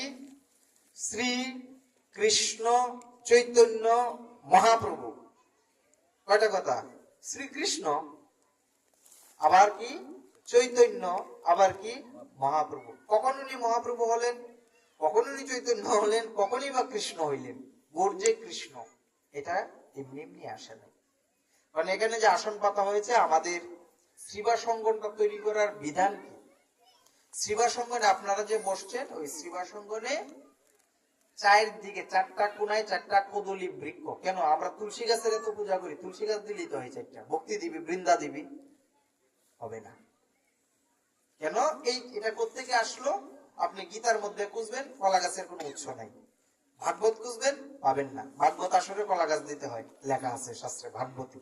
জেনে ভাগবতের বেশাসন, এর চারদিকে 4টা কলা গাছ দিতে হয়, মঙ্গল ঘট স্থাপন করতে হয় চারদিকে, দিলে এটা বেশ আসন হয়। এখন আমরা যেখানে বসে আছি বেশাসন বলি, এটা একটা জ্যাষ্ঠী। বেশাসন করার নিয়ম ভাগবতে লেখা আছে স্পষ্ট। আসন কোন দিকে হবে? পূর্ব মুখা অথবা উত্তর মুখা, এগুলো আমাদের শাস্ত্রে স্পষ্ট লেখা। যাই হোক, এদিকে না যাই। তো এই শ্রীবাস অঙ্গনে কি? 4টা কলা গাছ, 4টা ঘট। কিসের ঘট? মাটির ঘট। কেন মাটির ঘট? এই ঘটে কি আছে? আমার অনেক পয়সা আছে, আমি বছর বছর মাটির ঘট কিনবো, এটা পিতলের ঘট দেবো, স্বর্ণের ঘট দেবো, না, হবে না। কেন হবে না? এই মাটির ঘটটা হচ্ছে আমাদের দেহের স্বরূপ। আমার এই দেহের মধ্যে কি কি আছে? প্রথমে একজনে প্রশ্ন করছিলেন যে গোস্বামী কি করে হয়? হয় এই কারণে কাম, ক্রোধ, লোভ, মোহ, মদ, মাৎসর্য। এটির মধ্যে যার নিয়ন্ত্রণ আছে সেই গোস্বামী। আপনি হইতে পারবেন, আরো মানুষ হইতে পারে। এটির উপরে যার নিয়ন্ত্রণ আছে, কন্ট্রোল যার আছে। প্রথমে এইটা গোস্বামী হইতে গেলে কি লাগবে? সহজে জিহ্বা কন্ট্রোল করতে হইব। গীতা পাঠ আসলে চুক্তিতে ফুরাইয়া টাকা দিয়ে আসা যাবে না, শাস্ত্রে নিষেধ আছে। বড় বড় পাঠকরা আসলে আগে চুক্তি করবে, তোমার না 2 দিন আসর করবো, টাকা দিবা 30,000, এই সেই খাবার বিল তো, অমুকের বিল তো, ভালো পোশাক, সেই অনেক কিছু থাকে। তখন আর এটা হবে না। আরো অনেক কিছু, কাম, ক্রোধ, লোভ, কোনো কিছুর প্রতি লোভ রাখা যাবে না। মদ, মাৎসর্য। মাৎসর্য কি মানে একটা বিষয় আছে না, যে অপরের উন্নতি দিকে আমি সহ্য করতে পারতেছি না। এইগুলো অনেকগুলো বিষয় যখন বাদ হবে, গুরুদেব বা এই পরম্পরায় উনি সিদ্ধান্ত নেবে, যে শিক্ষক উনি বুঝবেন যে তুমি গোস্বামীর উপযুক্ত কি না। যখন হয় তখন স্বরূপ দেহ, স্বরূপ সিদ্ধি দেহে, তখন এটা তাকে অর্পণ করা হয়। এটাই গৌর হরি বল। তো এই মাটির ঘরটা কেন মা? মাটির ঘরটার মধ্যে কি লাগে? প্রথম উপাদান মাটি, পরে কি লাগে? মাটিটা গুলার জন্য পানি। মাটি পানিটাকে কি করে একসাথে মিক্স করার পরে এটাকে কি করে আকৃতি দেওয়ার পরে কারিগর কি করে রোদে শুকায়। মাটি পানি রোদে বাতাসে শুকায়, বাতাস পরে কি লাগে? এটাকে পুরাইতে, পুক্ত করতে আগুন লাগে। এরপরে আরেকজনকে লাগে, যে কারিগর, যেটাকে তৈরি করে। এই গর্তের সাথে আমার কি সম্পর্ক? আমার গীতা যারা পড়েন মায়েরা, গীতার মধ্যে দেখবেন স্পষ্ট লেখা আছে আমাদের এই দেহের মধ্যে উপাদান কয়টি। আগুন, পানি, বাতাস। মানে এই গড়টা তৈরিতে যে যে উপাদান গুলো লেগেছিল, আমার এই দেহটা তৈরি করতে সেই উপাদান লেগেছে। এখন প্রশ্ন, যে সন্তানে বাবাকে অত আদর করে খাওয়ায়, আর শেষ সময় কিনা মুখটা আগুনে ফুইরে দেয়। জি জি জি, এটা কোনো ধর্মের নিয়ম হইল নাকি, যে আগুনের মধ্যে ফুইরে দেয়? হ্যাঁ, এই ফুটে এত আদর যত্ন করার পরে বাবার মুখটা পুড়ে দেয়, এটা তো একটা কুসংস্কার না, এটাই শুদ্ধ সংস্কার। কেন? যদি আমরা এখানে যারা বসছি প্রত্যেকের যদি একটা একটা বাবা, প্রত্যেকের দাদার হারে যদি আমাদের গ্রামের মধ্যে একজন একজন করে রাখতাম, তাহলে এই গ্রামের মধ্যে আমরা থাকার জায়গা হইতো? আমরা যে নিজের হাতে থাকতাম, আমরা জায়গা হইতো কিনা? আমাদের পূর্বপুরুষ থেকে যদি একজন একজন করে রাখতাম, আমাদের উঠান, আমাদের বিশ্রাম, আমাদের জমি, আমাদেরকে সব একজন একজন পূর্বপুরুষ রাখতে রাখতে আমাদের থাকার জায়গা আর হইতো না। এটা আমাদের ঋষিগণ বুঝছে, আমাদের বেদে স্পষ্ট লেখা আছে, আমাদের বিধান আছে। কারো মা বাবা মরলে যদি যোগ্য স্থানে সমাধি করতে পারে, জলে মানে জলে অবগাহন করতে পারে। রাম সূর্য নদীতে, অনেকেই আছে কুরুক্ষেত্রের যুদ্ধের পরে প্রত্যেকে নিজের সূর্য নদীতে নিজের দেহটাকে জলে বিসর্জন দিছে। আবার সমাধি করার ব্যবস্থা আছে। তবে পুরাটা কেন উত্তম, আগুনের মধ্যে দেওয়াটা কেন উত্তম? শুরুতেই আমরা বলছিলাম অগ্নি কি? ব্রহ্ম। সামবেদ, ঋগ্বেদ, যজুর্বেদ আমাদের বেদে বলছে যে এই অগ্নিতে যে সমস্ত বড় পাপী হোক না কেন, তাকে যদি এই অগ্নিতে, এই অগ্নিযজ্ঞে এই বডিটাকে, এই শরীরটাকে দেওয়া হয়, তখন এই দেহটা মুক্ত হয়ে যায়। এটা আমাদের বেদের প্রমাণিত, এটা মন গড়া না, কুসংস্কার না, এটাই সংস্কার। কেন? একটা শ্মশানে 1 কোটি মানুষকে পুড়লেও এই শ্মশানের কিছুটি যায় আসবে না। এটাই হচ্ছে আমাদের বৈজ্ঞানিক ধর্ম, বিজ্ঞান সমর্থিত ধর্ম, এমনি এমনি না। কেন? এখন প্রশ্ন আসছে যে হ্যাঁ, এটা তো কার্বন ডাইঅক্সাইড তো পরিবেশ নষ্ট করে, অত অত মিল ফ্যাক্টরি যে বড় বড় যে সাইলেন্সার পাইপ লাগাই দিতেছে কালো, তো এগুলো তো নষ্ট হয় না? 1 ঘন্টার একটা লাশে নষ্ট হয়ে যায়। এই অক্সিজেন ভগবান পৃথিবীতে অসংখ্য গাছ রাখছে, কার্বন ডাইঅক্সাইড থেকে শোষণ করে নির্মল বাতাস, অক্সিজেন দেওয়ার ব্যবস্থা আমাদের ভগবান করেই রাখছে। এটা কি হয়? আগুনে দিলে কি হয়? একটা অংশ ধোঁয়াতে বাতাসে মিশে যায়, একটা অংশ কি হয়? আগুনে পুড়ে যায়।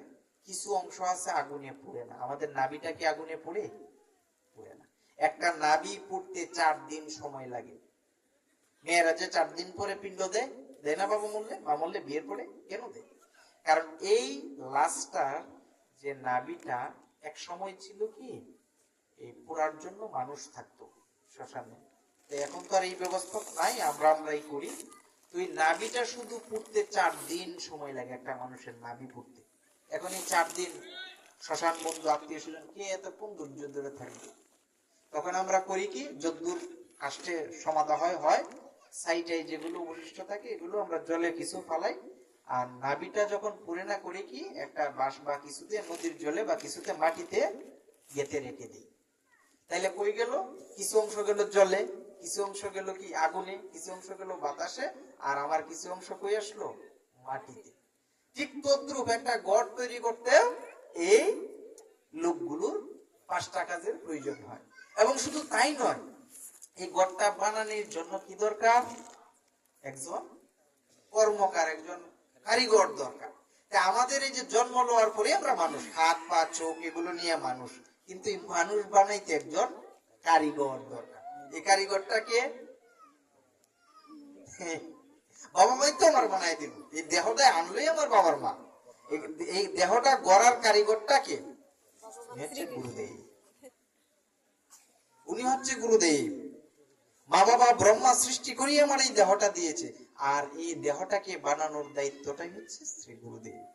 চৈতন্য মহাপ্রভুর 2জন গুরুদেব, কৃষ্ণের গুরুদেব নাম কি, গর্গমণি সন্দীপনী মণি, 2জন গুরুদেব।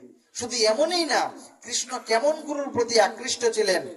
কৃষ্ণ আর সুদাম যখন একসাথে ছিলেন, গুরুকে শিক্ষা লাভ করেছেন, তখন গুরুদেবের এক পুত্রকে নদীর জলে কি করছে, অসুররা কি করছে, রাক্ষসে তাকে বধ করে ফেলছে। তখন যখন শিক্ষা লাভ করে গুরু দক্ষিণা দিবে, তখন কৃষ্ণ যে মাগুসাই, যিনি মাতৃগুরুদেব, ওনাকে বলছে আমাদের তো শিক্ষা শেষ মাতাজি, আপনি অনেক আহার্য আমাদেরকে পান করিয়েছেন, এখন চলে যাব গৃহে, আপনাকে কি দিয়ে যাব, কি চান, কি দক্ষিণা চান? তখন মা তো বলছে, বাবারে তুমি যদি দক্ষিণাই দিতে চাও তাহলে আমার মৃত পুত্রটাকে তুমি জীবিত করে দাও, এটাকে আনি দিতে পারবে, এটাকে আনি দাও। তখন কৃষ্ণ বলছে তথাস্তু। তোরে কি করলো, এই 2জন গেল, যাওয়ার পরে দুজনে গেল, যাওয়ার পরে মৃত পুত্রকে নিয়ে আসলো। যাওয়ার পরে অনেক কাহিনী, যাই হোক বনের মধ্যে গেল, তো জোর বৃষ্টির দিন, মা বলছে যে আজকে যাবো আমার পাক করা, রান্না বান্নার তো কিছু নাই, লাকড়ি নেই, লাকড়ি নিয়ে আসো। গেছে বনের মধ্যে লাকড়ি আনতে, প্রচুর মানে শুকনা ডাল আনতে, প্রচুর জোর বৃষ্টি হয়েছে বনের মধ্যে। তখন এমনই জ্বর, গাছের গুড়ি বাইসা যাইতেছে জলে। তখন 2 বন্ধু কি করলো, একজন আরেকজনের হাতে ধরে শুয়ে থাকলো। কৃষ্ণ কেমন গুরুর বাক্যের, গুরু মার বাক্য। আমরা যে গুরু ভজন বলি বাবা, কারণ হচ্ছে কি গুরুদেবের, গুরু কুমার না, শুধু গুরুদেবের যে বন্ধু, যে মিত্র শাস্ত্রে আছে, সেও গুরু বল। শুধু তাই নয়, গুরু যে ভূমিতে জন্মগ্রহণ করে, যে এলাকাটা জন্মগ্রহণ করে, সেই এলাকাটাও শিষ্যের জন্য প্রণম্য। কেন এই শিক্ষা কই পাইছে, আমার চৈতন্য মহাপ্রভু এই শিক্ষা দিয়ে গেছে। আমরা তো চৈতন্য চৈতন্য বলি, খালি বলি গৌর হরি বল, গৌর হরি বল, তত্ত্বতে বাবা কম প্রবেশ করি। এই চৈতন্য মহাপ্রভু কি করলো, ঈশ্বরপুরীর যে জন্মস্থান ওইখানে গেছেন, গিয়া তার উত্তরীর মধ্যে বালু নিতেছেন আর কান্না করতেছেন। তখন সবাই বলতেছে যে কি ব্যাপার, তুমি বালু নিতেছো কেন, তুমি নিমাই পণ্ডিত, তুমি এত জ্ঞানী, আর তুমি কিনা ঈশ্বরপুরীর। তখন বলল যে এই দন্না বালি ধন্য, কেন এটা ঈশ্বরপুরীর জন্মস্থানও হইল, যে আমি এই প্রত্যেকটা বালু পবিত্র, যে আমার গুরুদেবের শ্রী চরণের স্পর্শ পেয়েছে, আর আমি আমার গুরুর চরণে লাগতে পারি নাই। এই জন্যই আমার থেকে অধমী বালুকণাগুলো আমার অঞ্চলে করে আমি নিয়ে যাচ্ছি, যে এদের করুণায় যেন আমার এই কৃপাশীর্বাদ হয়, কৃপা লাভ হয়। কেমন গৌর যারা বলি, গৌরের যে তত্ত্ব বাবা, এটা এমন তত্ত্ব, মানে কি বলবো, যে অমায়িক তত্ত্ব। গৌরের যে এমন এমন কিছু লীলা আছে, 20 মিনিটে আধা ঘন্টায় তো বলা সম্ভব না। তারপরেও কারণ প্রশ্ন হলো যে মানুষ গড়ার কারিগর কি করে হয় গুরু? শাস্ত্রে বলছে গুরু কৃষ্ণরূপ হন শাস্ত্রের প্রমাণে। কি কইছে? গুরু কৃষ্ণরূপ হন যদি শাস্ত্রের প্রমাণে প্রমাণ করতে পারেন। গুরু রূপে কৃষ্ণ কৃপা করেন ভক্তগণে। এই যে গুরু আসেন আমাদের ভক্তগণকে কৃপা করেন, এবং গুরু রূপে শ্রীকৃষ্ণ তার ভক্তগণকে কৃপাপূর্বক উদ্ধার করেন। এখন কি করলে গুরু হয়? আমরা তো শুধু এটাই বলি অজ্ঞান অতিমিরেন্দাস্য গানঞ্জন শ্লোকয়া চস্করণ মিলিতং যেন তস্মৈ শ্রী গুরুবে নমঃ, যিনি অজ্ঞানের অন্ধকার থেকে আমাদের চোখ খুলে দিয়েছেন, জ্ঞানের প্রদীপ জ্বালিয়ে দিয়েছেন, তিনি আমাদের গুরুদেব। কিন্তু আমাদের শাস্ত্রে কি বলে, আমাদের বেদ কি বলে? বাবা বেদ থেকে বললে কি আপনার বিরক্ত হচ্ছে না? অনেক বাবাজিরা তো উঠে যাচ্ছেন, কারণ আমরা এটির জন্যই বলছি, কারণ বেদ গুলো আমাদের, আপনাদের আমার কথাগুলো বুঝতে একটু কষ্ট লাগতে পারে, কারণ হচ্ছে বেদ থেকে তো সচরাচর জানি না আলোচনা হয় কিনা। তো আমি চেষ্টা করতেছি যে আমাদের বেদ কি এই সম্পর্কে কিছু তথ্য দেয় কিনা, বা আমাদের যে বৈষ্ণব জগতে এই ইনফরমেশন আমাদের আছে কিনা। তো আমাদের বৈশিষ্ট্য বেদ থেকে বলছি, আমাদের বৈশিষ্ট্য সংহিতার 3য় অধ্যায়ের পৃষ্ঠা নম্বর 495, ওইখানে কি বলছে? বেদ অধ্যয়ন ব্যতীত ব্রাহ্মণ হয় না। বেদ অধ্যয়ন ব্যতীত ব্রাহ্মণ হয় না। ব্রাহ্মণের ঘরে জন্ম নিলেও যদি সে বেদ অধ্যয়ন না করে, তাকে দিয়ে কর্ম চলে। বৈশিষ্ট্য সংহিতা পৃষ্ঠা নম্বর 499 কি কইছে? বেদবর্জিত ব্রাহ্মণ হইলেও তাহার অতিক্রমে ব্রাহ্মণ অতিক্রম হয় না। যে বেদবিদ নয় তাকে যদি কেউ অতিক্রম করে, তাহলে ব্রাহ্মণের অতিক্রম হয় না, অপরাধ হয় না। বৈশিষ্ট্য সংহিতা 499 কি বলছেন? যে ব্যক্তি উপনীত সমস্ত বেদ অধ্যয়ন অধ্যাপনা করলে আচার্য, যাকে আমরা বলি আচার্য উপাধিটা কি কি কইছে? যে ব্যক্তি উপনীত, যার পৈতা ধারণ হয়েছে, ত্রিবেলা 3 বার গায়ত্রী উপাসনা করে, যে অন্য কোনো পেশার সাথে ব্যবসার সাথে জড়িত না। খুব ভালো করে, কারণ আমি ব্রাহ্মণ সন্তান, ব্যবসা করলাম জুতার ব্যবসা, ব্যবসায় করলাম জুতার ব্যবসা। আমি ব্রাহ্মণ সন্তান, দিলাম একটা হোটেল, দিয়ে থাল প্লেট সব দিলাম। আমি ব্রাহ্মণ সন্তান, দিলাম একটা কসাইখানার ব্যবসা, হবে? এগুলো শাস্ত্রের নিষিদ্ধ স্পষ্ট। যে ধরনের অন্য পেশায় চলে গেছে, তাকে দিয়ে এই পেশা হবে না, আমার বেদে না করতেছে। যে ব্যক্তি উপনীত সমস্ত বেদ অধ্যয়ন অধ্যাপনা করলে সে হয় আচার্য। যে ব্যক্তি এক দেশ অধ্যাপন করেন তিনি গুরু। খুব গুরুত্বপূর্ণ কথা, যে বেদ অধ্যয়ন করেছে করলে তিনি হন আচার্য। আচার্য হওয়ার পরে একটা দেশ, উনি যে অবস্থানে আছেন এই দেশকে যদি উনি শিক্ষাদান করেন, তখন হয় কি উনি গুরু। এবং বেদাঙ্গ অধ্যাপন যিনি করেন তিনি হচ্ছেন উত্তম গুরু। বেদাঙ্গ, বেদের যে অঙ্গগুলো অংশগুলো যিনি প্রচার করেন প্রসার করেন, তিনি হচ্ছেন উত্তম গুরু। তার মানে কি, আমি যদি আপনাদের এই এলাকাতে বসতি স্থাপন করি, 20 বছর লাগুক 25 বছর লাগুক, প্রত্যেকেরই বেদাঙ্গ শিক্ষা দেওয়ার পরে এই দেশে আমি থাকতে পারবো। যদি আমি গুরু হইতে চাই, তখন কি করতে হবে? অন্য, এটা বেদ বলছে, তখন আরেক জায়গায় আশ্রম স্থাপন করে ওই নতুন জায়গায় আবার এই বেদের শিক্ষা, বেদের আলো, বৈদিক আলো, ভগবানের যে কথা, এটা প্রচার করতে হবে। এই কথা কোথায় বলছে? কোথায় বলছে? বেদে বলছে। কারণ আমরা কি করি? তার দাদা, তার বাপ, আমার বাবা, পুত্র সুরে এই যে ব্যবসা পাইলাম, যজমান হইল এমএ পাস, আর পুরোহিত হইল গায়েব পাস, তব্বায় নমঃ ওম উচ্চারণ করলে 3 বার দাঁত ভাঙ্গি। তখন কি হচ্ছে? এতে আমাদের মূল কর্মের অঙ্গ হানি হয়, যে কর্মে আমাদের কখনো পুণ্য হয় না, মঙ্গল হয় না, কর্ম হয় না, শাস্ত্র বিধিও সম্ভব না। আমাদের বেদগুলো কি এই জন্য কর্মের অধিকার কার? যে কোনো কর্মের অধিকারী নিরূপণের কথা শাস্ত্রে বলেছেন, যে আমার যে কর্ম আমি করতে পারবো, কিন্তু অনধিকারী ব্যক্তিকে যদি অধিকার চাপানো হয়, তাইলে কর্মের থেকেই অপকর্ম বেশি হয়। এর প্রমাণ কই? মায়ের আমরা 10 মিনিটে শেষ করে দেবো গো মা। এই জন্য কি, যোগ্য ব্যক্তি নিরূপণ করতে গিয়ে আমরা জানি নানান মনির নানা পথ, কিন্তু আমাদের মহাভারতের যুধিষ্ঠির যে ধর্মরাজ, উনি বলছে যে নানান মনির নানা পথ, তাহলে আমাদের প্রকৃত পথ কি?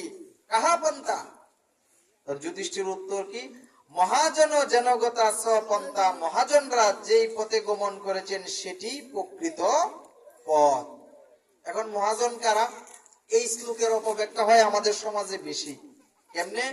আমি মালা তিলক পিরাইসা বলি, এই মহাজনের যে পন্থা সেই পন্থাই কমনীয়। আমি মহাজন, আমি বৈষ্ণব, সাবধান, বৈষ্ণব অপরাধ হয়ে যাবে। মহাজনের সেবা করো, ভালো করে আলু বেগুন পটল আনো, একটা সেবার ব্যবস্থা করো, কুলকর্তা লানো, আসো কীর্তন করি, আনন্দ করি। মহাজন এসেছি, তোমার অপরাধ হয়ে যাবে, নাহলে তোমার বাপ মরছে মা মরছে, দেও মহাজনের পন্থায়। কিন্তু আমাদের ভাগবত কি বলছে? মহাজন কারা? এই প্রশ্নের উত্তরে আমাদের যে নেই যমরাজ উত্তর দিচ্ছেন।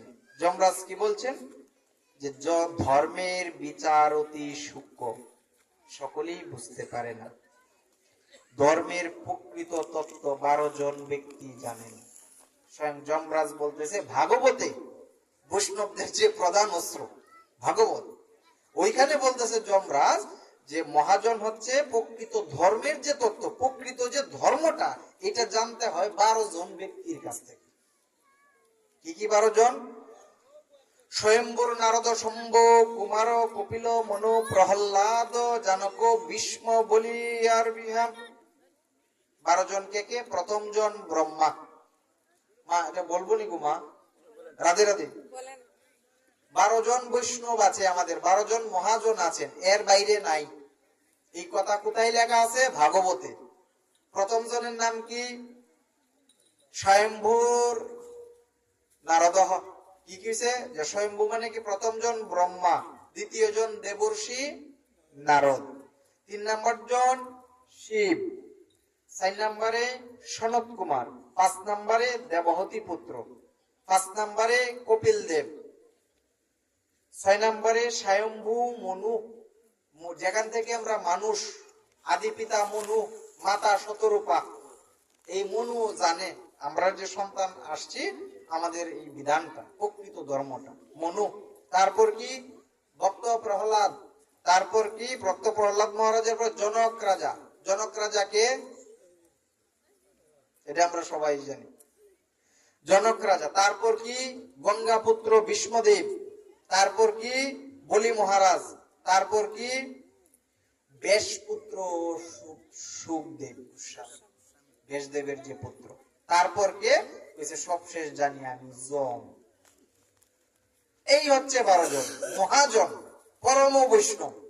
তাহলে এখন আমি কে বাবা? তিলক মালা জোড়া লইয়াছে কে? এই বৈষ্ণব আইছি, বৈষ্ণব সেবা দেও। যেখানে নিত্য বৃন্দাবনে, রাধাকুণ্ডে, বৃন্দাবনে যেখানে সিদ্ধ সিদ্ধ মহাত্মারা থাকেন, ওইখানেও বৈষ্ণব সেবা হয়। কিন্তু বৈষ্ণব সেবা কথাটাও বলা যায় না, বলে ভান্ডারা। শাকসবজি রান্না হয়, ভাণ্ড হয়, ভাণ্ডের মধ্যে ভগবানের প্রসাদ হয়, সকলেই প্রসাদ পায়, ওইখানেও বলে না বৈষ্ণব সেবা। এটা কি? ভান্ডারা। তাহলে এটাকে শুরু করলাম বাবা বৈষ্ণব সেবা কেন? এটাতে করি কি? আধিপত্য বিস্তারের ক্ষেত্রে আমরা শাস্ত্রের বিরুদ্ধে চলে যাই। যেমন আমরা বলি বৈষ্ণব, বৈষ্ণবের সেবা। বৈষ্ণব সেবা কে নেই? বৈষ্ণবে নেই, বৈষ্ণবে নেই তো বৈষ্ণব সেবা। বৈষ্ণব সেবা বৈষ্ণবে নেই। বৈষ্ণবকে যে বিষ্ণুর উপাসক, বিষ্ণু কি? শালেগ্রাম শিলার যে প্রত্যেকদিন উপাসনা করে। আপনার বাড়িতে যখন বৈষ্ণব সেবা হয়, আনে শালেগ্রাম শিলাকেও আইনেটা তুলসী দে, অর্চন দে, বিষ্ণুর অর্চন করে না? করে না। কারণ এটা গট বসায়, গট বসায় কি করে? আসন পাতে, পাইত্যা করে কি? আসনের মধ্যে ধুতি শাড়ি কাপড় এনে দিলাম, পূজা হইল। কার পূজা হয়? বৈষ্ণব তো বিষ্ণুর উপাসক। যে চরণামৃত গ্রহণ করি এই মন্ত্র কি? অকাল মৃত্যু হরণম সর্ব ব্যাধি বিনাশনম শ্রী বিষ্ণু পাদদুকং প্রত্যা শিরসি দারায়মহম। বিষ্ণুর চরণামৃত গ্রহণ করলে অকাল মৃত্যু হরণ হয়ে যায়, সর্ব ব্যাধি বিনাশনম। যত প্রকার রূপ শরীরে আছে সকল কিছু বিনাশ হয়ে যায়। প্রত্যা প্রীতির সাথে, আনন্দের সাথে, শিরসি দারায়মহম। অনেকেই বলে যে চরণামৃত মাথার ধারণ করবা না, মাথাত গোসা দিলে প্রসাদী হয়। কেন? এই যে সংস্কৃতে বলা আছে না, প্রত্যা শিরসি দারায়মহম। প্রত্যা মানে কি? প্রীতির সাথে, শিরসি মানে মাথায়, ধারণ না। চরণামৃত গ্রহণ করার পরে বিষ্ণুর চরণ স্মরণ পূর্বক এই যে এইভাবে প্রণাম করে এগুলো প্রসাদ রূপে আহার করার পরে মুখে কোনো কিছু লাগলেই হাতটা ধুইতে হবে। সহজ কথা। এই বিষ্ণুর চরণামৃত পাইতাম, এই বিষ্ণুর চরণামৃত হয় কই? বিষ্ণু অর্চন হয় কই? কইছে যে কলির যুগে দুইটা জিনিস সত্য যুগ থেকে কলিযুগ পর্যন্ত আসছে, কোনো পরিবর্তন নাই। আমাদের দাদার আমল বা তারও আগে কি লাইট ছিল? কি ছিল? ফার্ম লাইট, হারিকেল, আরো কিছু বাতি টাতি ছিল। এখন কি আমরা এগুলো ব্যবহার করি না? তাহলে ভগবানের দুইটা মূর্তির কোনো পরিবর্তন হয় না। খুব মন দিবেন মায়েরা, দুইটা মূর্তির সত্যযুগ থেকে কলিযুগ পর্যন্ত একই রকম আছে দুইটা মূর্তি, এটা কোনো পরিবর্তন নাই। এক শিবলিঙ্গ, বানেশ্বর শিবলিঙ্গ আছে, নর্মদেশ্বর শিবলিঙ্গ আছে, এগুলো সত্যযুগ থেকে এখন পর্যন্ত এই শিবলিঙ্গ কি পরিবর্তন করা যায় না, একই রকম আছে। দুই নাম্বার কি, শ্রী বিষ্ণু শালিগ্রাম, সত্যযুগেও যেমন ছিল, ত্রেতা দাপর কলিযুগেও এই সাক্ষাৎ বিষ্ণুর প্রতীক। তাহলে এখন প্রশ্ন হলো যে আমরা যে এখানে রাধা গোবিন্দরে বসাইছি, তাহলে এই রাধা গোবিন্দের যে পূজাটা, হ্যাঁ রাধা গোবিন্দের যুগল ভজন তো অবশ্যই। এই রাধা গোবিন্দের বয়স কত? এটা কোন সময়ের ছবি? কোন সময়ে ছবি? কত বছর বয়সে রাধা গোবিন্দের ছবি? এই কথাগুলো জানি না আপনারা কষ্ট লাগছে কিনা বাবারা, কারণ জানার জন্য। আমরা যাকে পূজা দিই তার সম্পর্কে জানবো না, তার প্রতি ভালোবাসা আসবে কি করে? আমি যদি তার বংশ পরিচয়, তার কি পরিচয়, তার ঠিকানা যদি না জানি, তাহলে আমার পূজাটা কোথায় পুষবে? এই ভগবত বিগ্রহটা বাবা 15 বছর 9 মাস 4 দিন, রাধারানীর 14 বছর 9 মাস 7 দিন, 14 বছর বয়সের একটা কৃষ্ণ। এই যে মূর্তিটা, আমরা যে মূর্তিটাকে পূজা দিই, এটি তত্ত্ব। তখন কি গুরুদেব আমাদের পরম্পরার দ্বারাই দীক্ষা হইলে, সঠিক মন্ত্র হইলে কি পাবো? আপনাদের বয়স কত? প্রত্যেকের বয়স সামনে যারা আছেন 70, 80, 50 প্লাস, তাহলে আপনারা তো ভগবানের থেকে অনেক বড় হয়ে গেছেন। ভগবানের বয়স 14, আপনার বয়স 30, তাহলে তো ভগবান থেকে 15 বছরের বড়। এইটা কি? এটা জড় দেহের মৃত্যুর যে সময়ের যে গণনা, সেইটা। আর যখন আপনি সদ্গুরুর আশ্রিত হবেন, তখন সিদ্ধ দেহে আপনাকে একটা বর্ণ, বস্ত্র, বয়স দিয়ে একটা নতুন ঠিকানা দিয়ে যে সিদ্ধ দেহের যে ভজনটা, এটা আপনি পাবেন যখন নিত্য নিকুঞ্জ নব বৃন্দাবনে নিত্য ভগবত সেবা হবে। এখানে কে থাকবে? ভক্ত আর ভগবান, ভক্ত আর ভগবান। এই শিক্ষা কে দিচ্ছেন? এই যে দ্বাদশ ভাগবতের যে দ্বাদশ বললাম, এই দ্বাদশ জন মহারাজ। এখন বৈষ্ণব নারদ পাইছেন কোথাও? বৈষ্ণব শিব পাইছেন কোথাও? ভাগবতে ভক্ত প্রহ্লাদ না বৈষ্ণব প্রহ্লাদ? ভক্ত প্রহ্লাদ। কেমন? এই প্রহ্লাদ সাক্ষাৎ ভগবানের দর্শন পায়াও উনি বৈষ্ণব বলে নিজের দাবি করেন নাই। উনি কি? ভক্ত। ভক্ত, ভক্তের যে কি মহিমা, ভক্তের যে কি করুণা। কেউ বৈষ্ণব হইলে একটা পথ ধ্বংস হয়ে গেল। একমাত্র বৈষ্ণব শম্ভ, স্বয়ং শিব বৈষ্ণব। শুনলেন কেন বৈষ্ণব শিব? শিব কেমন বৈষ্ণব? ধনপতি কুবের। মা বলবো মহাদেবের গল্পটা রেখে দিব। শিব যে কেমন বৈষ্ণব, সংক্ষেপ 12 জনের কথা বলে তো শেষ হবে না, একটু শুধু মা বলি। শিব যে কেমন বৈষ্ণব। মা পার্বতী তো রাজার মেয়ে, দক্ষ মহারাজের মেয়ে। কৈলাস পর্বতে তাকে, যেখানে একটা গড় নাই, কিচ্ছু নাই, কিছুটি নাই, খালি জায়গায় থাকে। কেমন স্বামী? যার গলায় আছে সাপ, পরনে বাঘের ছাল, তার কোন বসন পর্যন্ত নাই। তো ওই মহাদেব রে বলে, তো কুবের কি করছেন? ধনকুবের একটা স্বর্ণের মহল নির্মাণ করে দিয়েছেন, মহাদেব তাকে নিবে। তো মা পার্বতীর অনুরোধে মা পার্বতী বলছেন, শিব যখন সব অবস্থা থেকে ধ্যানমগ্ন হওয়ার পরে উনি জাগলেন, শিবকে বলছেন যে প্রভু, কুবের তো একটা স্বর্ণ মহল দিয়েছে থাকার জন্য। তো বলছে, হ্যাঁ ভালো কথা, নতুন গৃহ তো পূজা না করলে, গৃহ মানে সংস্কার পূজা না করলে তো উঠা যায় না, তাহলে যোগ্য ব্রাহ্মণ কই পাবো? রাবণ যায় মহাদেবের সামনে। রাবণ বলে, কেন আমি যোগ্য ব্রাহ্মণ? তো বলো তথাস্থ। খুব আনন্দ হইল। তখন বিধি বিধান নিয়ে মাতা পার্বতীকে বললো, ঠিক আছে পূজার আয়োজন করো। স্বর্ণ মহলে যথাবিধি পূজার আয়োজন করছে। মহাদেব গেলেন, মাতা পার্বতী গেলেন, খুব ধুমধামে মহাদেবের যে স্বর্ণ মন্দিরের পূজা হইল। তারপরে পূজা যখন হলো, তার পূজা টুজা শেষ, তো দক্ষিণার পালা। আর পূজা যখন শেষ হলো দক্ষিণার জন্য পালা, তখন বলছে যে দক্ষিণা দেও, দক্ষিণাবিহীন কর্ম নিষ্ফল। তখন মহাদেব বলছে পার্বতীকে যে এই পার্বতী ব্রাহ্মণ সন্তান, তাকে যদি সন্তুষ্ট করতে পারি, সেবা দিয়ে সন্তুষ্ট করতে পারি দক্ষিণা দিয়ে, তাহলে তো আমাদের মঙ্গল, না হলে তো এই পূজাটাই বৃথা। তো সেবার জন্য দক্ষিণা দিব কি? বললো যে ঠিক আছে তুমি জিজ্ঞেস করে দেখো। তখন বললো দক্ষিণা দিবে, তুমি যা চাও তাই পাবে। যে বললো যে মহাদেব তুমি যদি দক্ষিণা দাও, ছায়া দেখে যে আমার পরিচয় তো সব স্বর্ণ না, স্বর্ণ আছে কিছু, স্বর্ণ কিছু, অন্য কিছু আছে, আর মহাদেবের যে পুরী সম্পূর্ণটা স্বর্ণ। বলছে মহাদেব তুমি যদি দক্ষিণায় দিতে চাও তাহলে স্বর্ণের মহলটাও আমাকে দিতে। বলো তথাস্তু। এখন মা পার্বতী বলে হাইরি এই ভুলে এর তো কিচ্ছু মনে থাকে না, যে এত কষ্ট করে তারে বুঝায় সুঝে একটা স্বর্ণের মহল তৈরি করছিলাম, যে কিছুদিন এখানে একটু সুখ বুক করবে, আর দক্ষিণে হিসাবে পুরোহিত দিয়ে কিনা স্বর্ণ মহল দিয়ে দিছে। এত বোলা কেমন বৈষ্ণবের, যে নিজের বলে যে কিচ্ছুটি থাকে না। তখন বললো যে পূজা কয়জন করছো? পূজা তো আমরা দুইজন করছি, স্বামী স্ত্রী আমরা দুইজনে করছি। তো দক্ষিণা কয়জনের দিছো? একজনের দিছি। একজনের যে দিছো পার্বতীতে, তোমার দক্ষিণা কই? তুমি তো ঘরের পূজা করছো, তো তোমার দক্ষিণা দাও।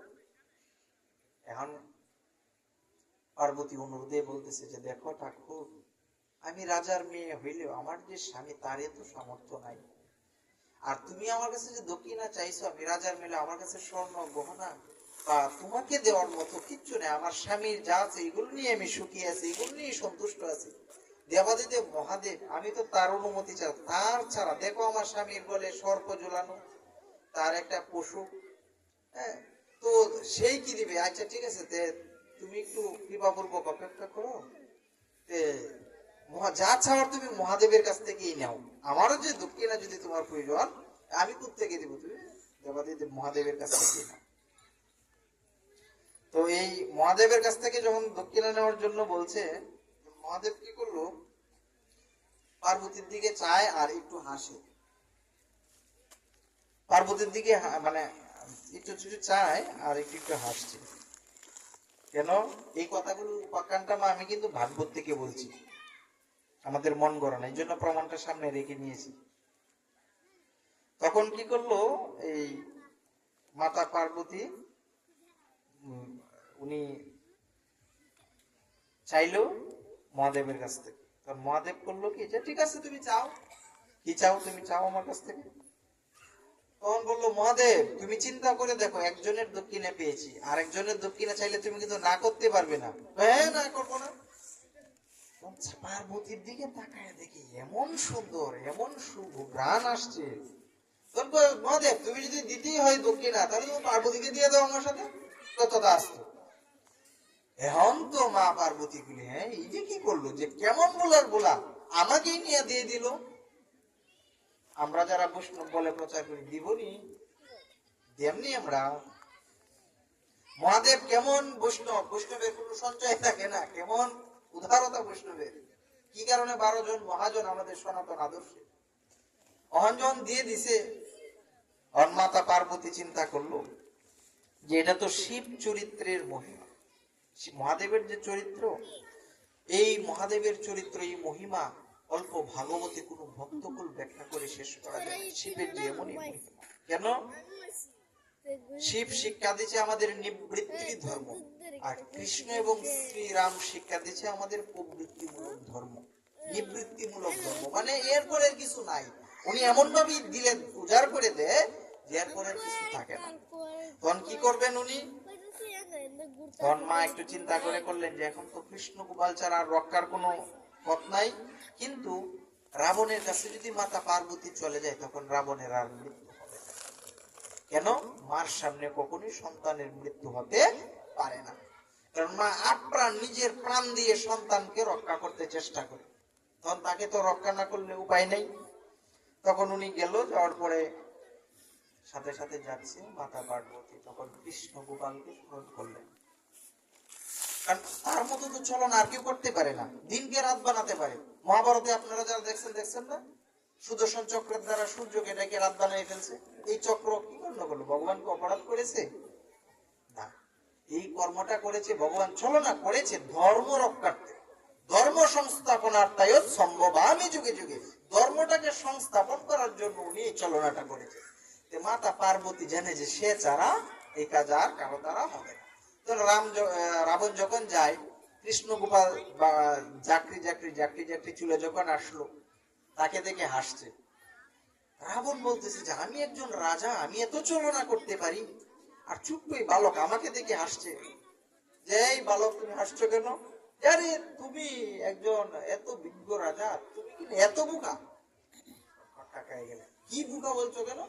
হ্যাঁ তুমি তো বোকা। যে তুমি কেন? আমি এই যে দেখো রামের পার্বতীকে নিয়ে এসেছি,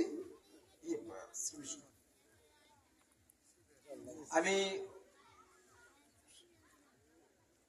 মহাদেবের পার্বতীকে নিয়ে এসেছি।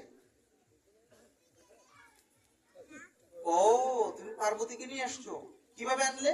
যে আমি তার পূজা করেছি, তার মহলের পূজা করেছি, পূজা করে দক্ষিণা দিয়েছে।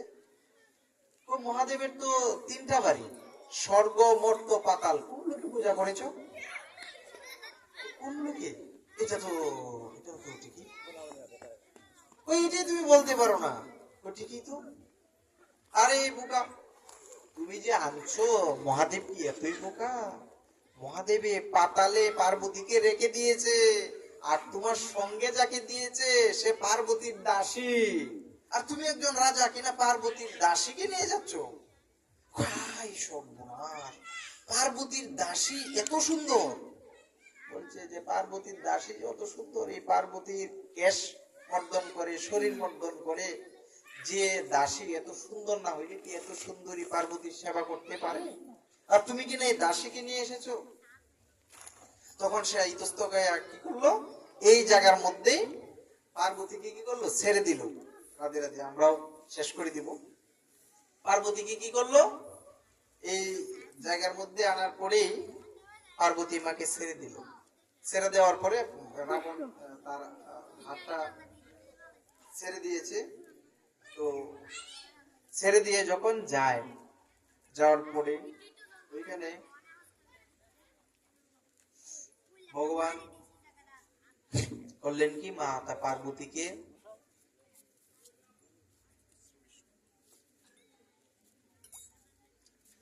পার্বতীকে যখন এখানে ছেড়ে দিয়ে গেছেন, সন্ধ্যাবেলা ও তো অস্থির যে আমাকে মহাদেব কি করলো, ফিরে যাওয়ার জন্য। ও যে স্বর্গে যাবে, মরতে যাবে না পাতালে যাবে, রাবণ একটা ইতস্ততার মধ্যে পড়ে গেছে।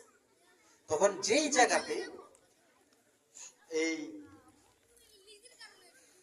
মাতা পার্বতীকে রাবণ ছেড়েছিল, ছাড়ার পরে এই জায়গাতে একটা মন্দির করে মাতা পার্বতী, ওইখানে একটা মন্দির হয়েছে। কোথায় মন্দিরটা? ভারতে। কেন বলছি? যে আমাদের প্রত্যেকটা জিনিসের প্রমাণ স্বরূপ। কোথায় এটা? ভারতের যে গোকর্ণ, এই মন্দিরটার নাম হচ্ছে মহাবালেশ্বর। মহাবালেশ্বর থেকে 3 থেকে 4 মাইল দূরে যে মন্দিরটা, পার্বতী মায়ের নাম হলো দ্বৈপায়নী জগদম্বা পার্বতী মায়ের মন্দির। মন্দিরটার নাম কি? দ্বৈপায়নী জগদম্বা পার্বতী মায়ের মন্দির। এবং এই স্থানে শ্রীকৃষ্ণ রাবণকে ছলনা করে পার্বতী মাকে রাবণের নিকট থেকে ছাড়িয়ে পরে মূর্তি রূপে মাকে সেখানে স্থাপন করেছিলেন স্বহস্তে। কে করছিলেন? এবং মাতাজি শ্রীকৃষ্ণকে আশীর্বাদ প্রদান করে।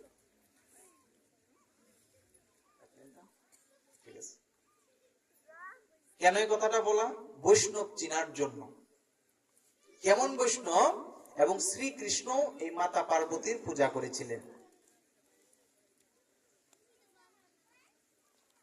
পার্বতীর বাবার নাম দক্ষ মহারাজ। উনি শিব নিন্দা করেছিলেন, বলেছিলেন যে তুমি তো পশু পাখির দেবতা, পশুর দেবতা, বলাতে রাখো, পশু টশু রাখো। এটা বলাতে তার বংশ নিবংশ হয়ে গেছিলেন। শেষেতে কান্না করার মতো, দক্ষরাজের বংশে কান্না করার মতো কেউ ছিল না। তখন ব্রহ্মার কাছে গেল যে আমার কি অপরাধ, আমার বংশে যে পরবর্তী কান্না করবে একটা লোক নাই। তখন তুমি ব্রহ্মার কাছে যাও। ব্রহ্মার কাছে যেটা আমি বলতে পারি, বিষ্ণু লোকে যাও। বিষ্ণু শিলা, এই নারায়ণ শিলার যখন সেবা পূজা দিয়ে দক্ষ মহারাজ সন্তুষ্ট করলেন, এই নারায়ণ থেকে, হরি থেকে হরের উদ্ভব হলেন, হৃদয় থেকে। বললেন ভাগবতে যে হরি এবং হর অভেদ, যেই হরি সেই হর, তার মধ্যে কোনো বিভেদ নাই। যেই শিব সেই গৌরী, সেই কৃষ্ণ সেই বিষ্ণু। কেন?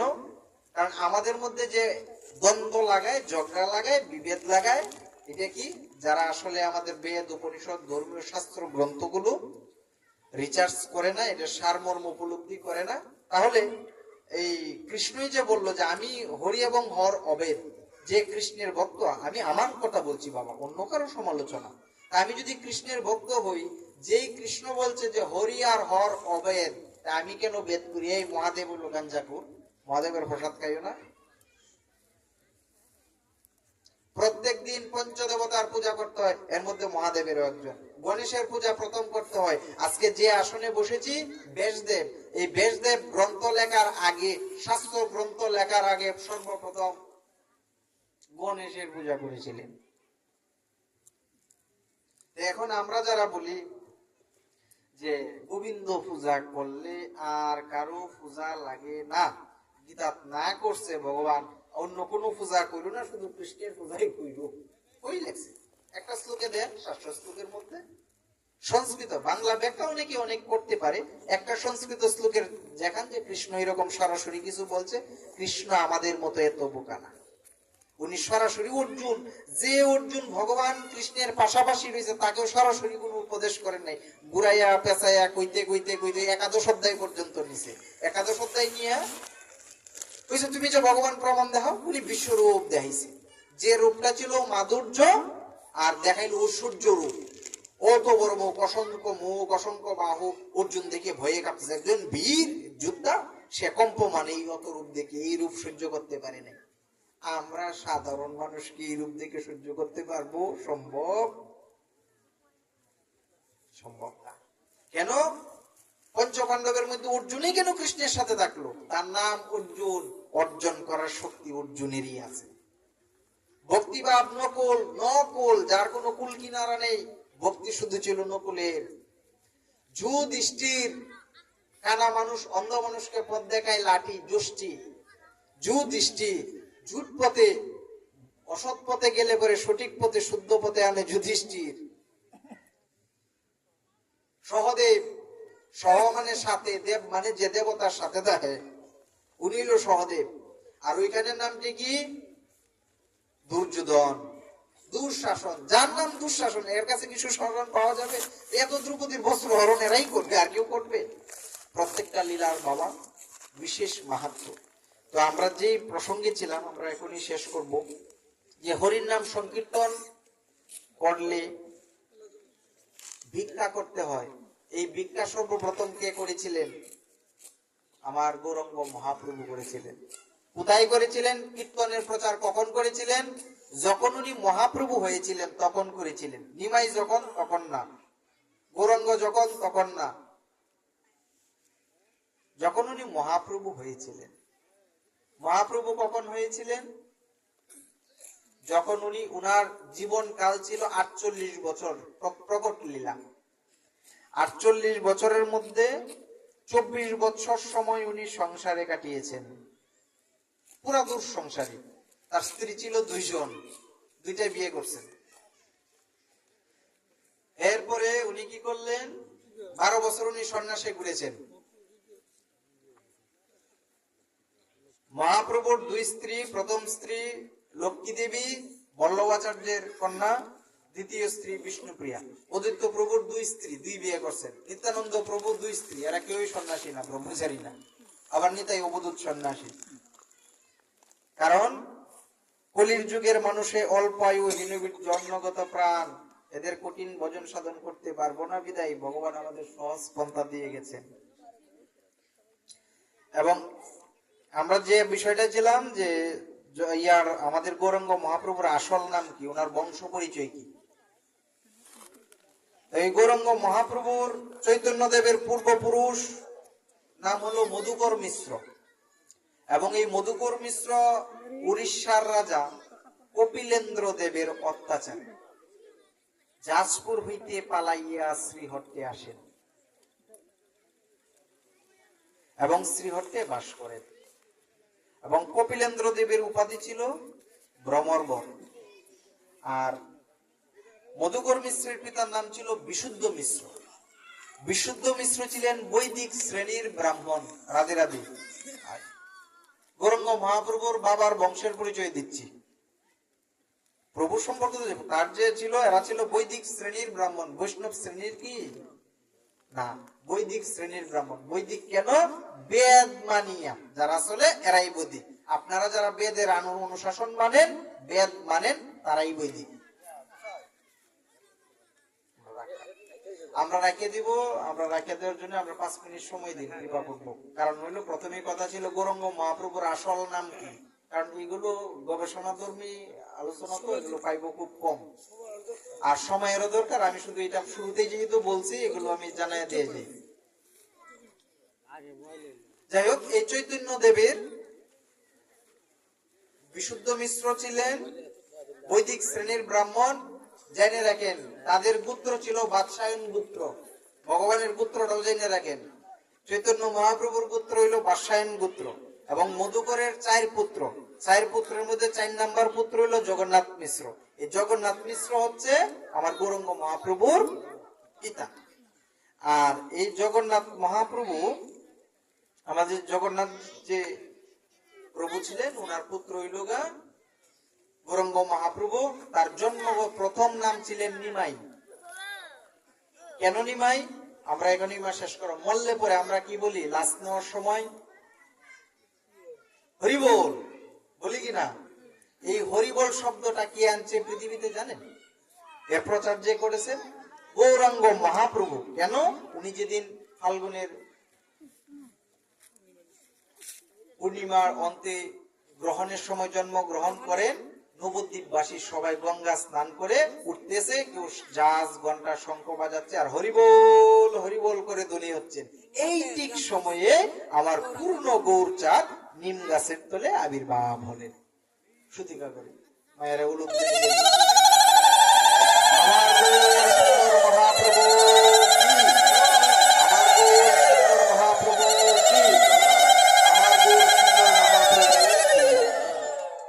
আবির্ভাব হলেন, নাম হলেন নিমাই।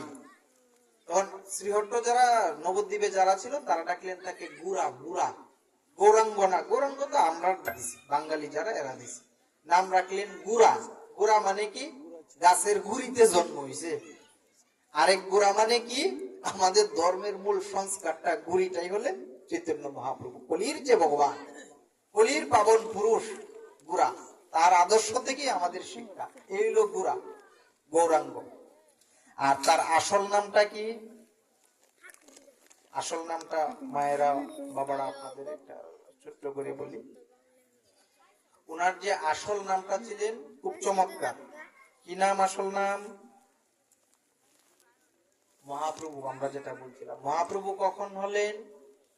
উনি যখন শেষ 12 বছর পুরীধামে গেলেন, যাওয়ার পরে জগন্নাথ মন্দিরে জগন্নাথ বিগ্রহ দেখার পরে প্রথম দর্শনে উনি জগন্নাথ মন্দিরের যে ইয়ে ছিল, যে পিলার ছিল, কুঠি ছিল, ওই কুঠি ধরে দাঁড়িয়েছিলেন। তখন প্রেম অশ্রু এমনই হয়েছে, প্রেম তাপ এমনই হয়েছে, পাথরের কুঠিটা তার শরীরের তাপে গলে গিয়েছিল, এমন ভাবে ধরেছিলেন। যেটাকে বলি আমরা ভক্তের প্রেম। আমরা যে প্রেমে, এই প্রেম না, এমনই তাপ শরীরে উৎপন্ন হয়েছিল, ভক্তির তাপ, পাথরের কুঠি গলে গিয়েছিল। এখনো যদি আপনারা বৃন্দাবনে কেউ যান, জগন্নাথ পুরীতে, পুরীধামে যদি যান, বৃন্দাবনে যারা যান, অনুরোধ করবো পুরীধাম দর্শন করবেন। পুরীর মন্দিরে গেলে দেখবেন আর কারো ছবি নাই, একমাত্র মহাপ্রভুর একটা ছবি পাবেন। আর কি?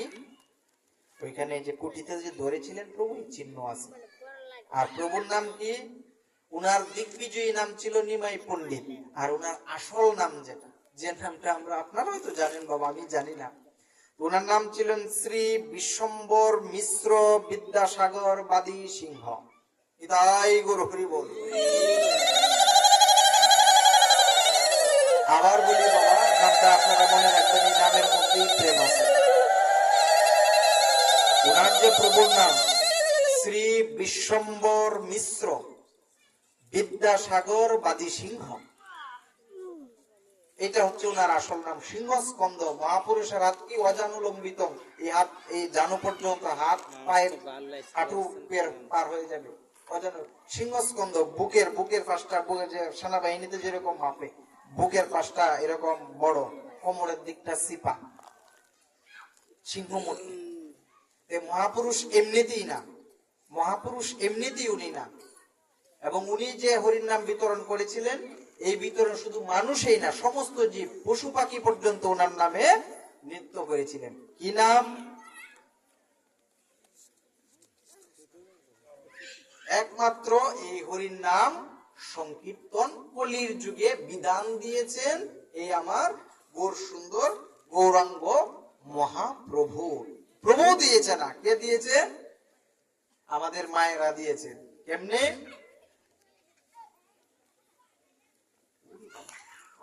অনেক সময় বাবা আপনাদের বিরক্ত করে ফেলছি, আপনারা ক্ষমা সুন্দর দৃষ্টিতে দেখবেন। আসলে কারণ আলোচনার প্রসঙ্গে তো অনেক নোট থাকে। যাই হোক, আমাদের সীতা ঠাকুরানী, অদ্বৈত ঠাকুরের যে স্ত্রী অদ্বৈত প্রভু নিত্যানন্দ প্রভু মহাপ্রভু যখন বসতে বলছে, যেই নাম নেই শ্রবণ মঙ্গলম, যেই হরির নাম শ্রবণ করে তারই মঙ্গল হয়, তখন সীতা ঠাকুরানী বলেছিলেন, যে নাম না লয় তার কি মঙ্গল হয়? এটা তুমি কি বিধান করেছো? কেমন স্বাস্থ্যকরের বিধান করেছো? যে নাম নেই সে মুক্তি লাভ করে, আর যে নাম না নেই তার কি গতি? এক প্রভু আরেক প্রভুর মুখের দিকে কি নাম না নিলে আবার মুক্তি কি করে সম্ভব? এই সীতা ঠাকুরানী দিল এই হরির নাম সংকীর্তনের বিধান। যে বাগায় যেবা বাজায় নিমন্ত্রণ করো তাই। কাকে কাকে নিমন্ত্রণ করতে হবে সেটাও এই মা ঠাকুরানী দিয়েছেন। কারণ আমাদের ধর্মে মায়েরা ছাড়া আমরা অসম্পূর্ণ। আমাদের ধর্মে যত নানা পুরুষ দেবতা, তার চেয়ে অধিক হইল দেবী শক্তি। 1 মার 10 হাত, অন্য কোন দেবতার এত হাতেই নেই। এই জন্য মায়েরা যদি না জাগে, আমাদের সনাতন দর্শন জাগবে না, ধর্ম জাগবে।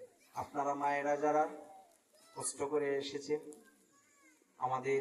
আমার অজ্ঞানতা প্রসূত কথায় আচরণে আপনারা যে দীর্ঘ সময় আপনাদের মূল্যবান সময় নষ্ট করেছি বাবা, আপনারা ক্ষমা সুন্দর দৃষ্টিতে দেখবেন। আর সকলের কাছে একটা প্রার্থনা, এই হরির নাম সংকীর্তন মহাযজ্ঞ আগামীকালকে থেকে শুরু। এই মহাযজ্ঞে সকলেই আসবেন এবং সকলেই যেন পারমার্থিক কল্যাণের জন্য হরির নাম সংকীর্তন মহাযজ্ঞে যদি আমরা কথা বলি তাহলে আমাদের অপরাধ হয়। যে যতটুকু সময় সম্ভব হয় একনিষ্ঠ চিত্তে, একনিষ্ঠ মনে।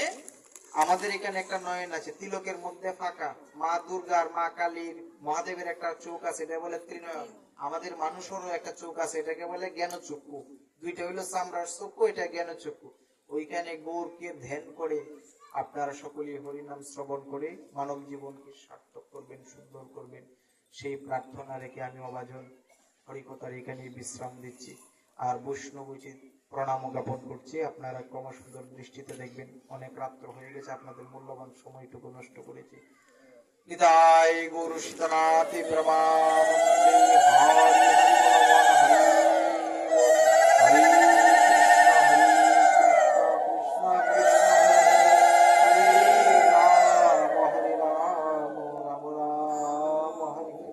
হরি হরি কৃষ্ণ কৃষ্ণ হরে হরে, হরে রাম রাম রাম হরে হরে, হরে কৃষ্ণ কৃষ্ণ কৃষ্ণ হরে হরে, হরে রাম রাম রাম হরে হরে, হরে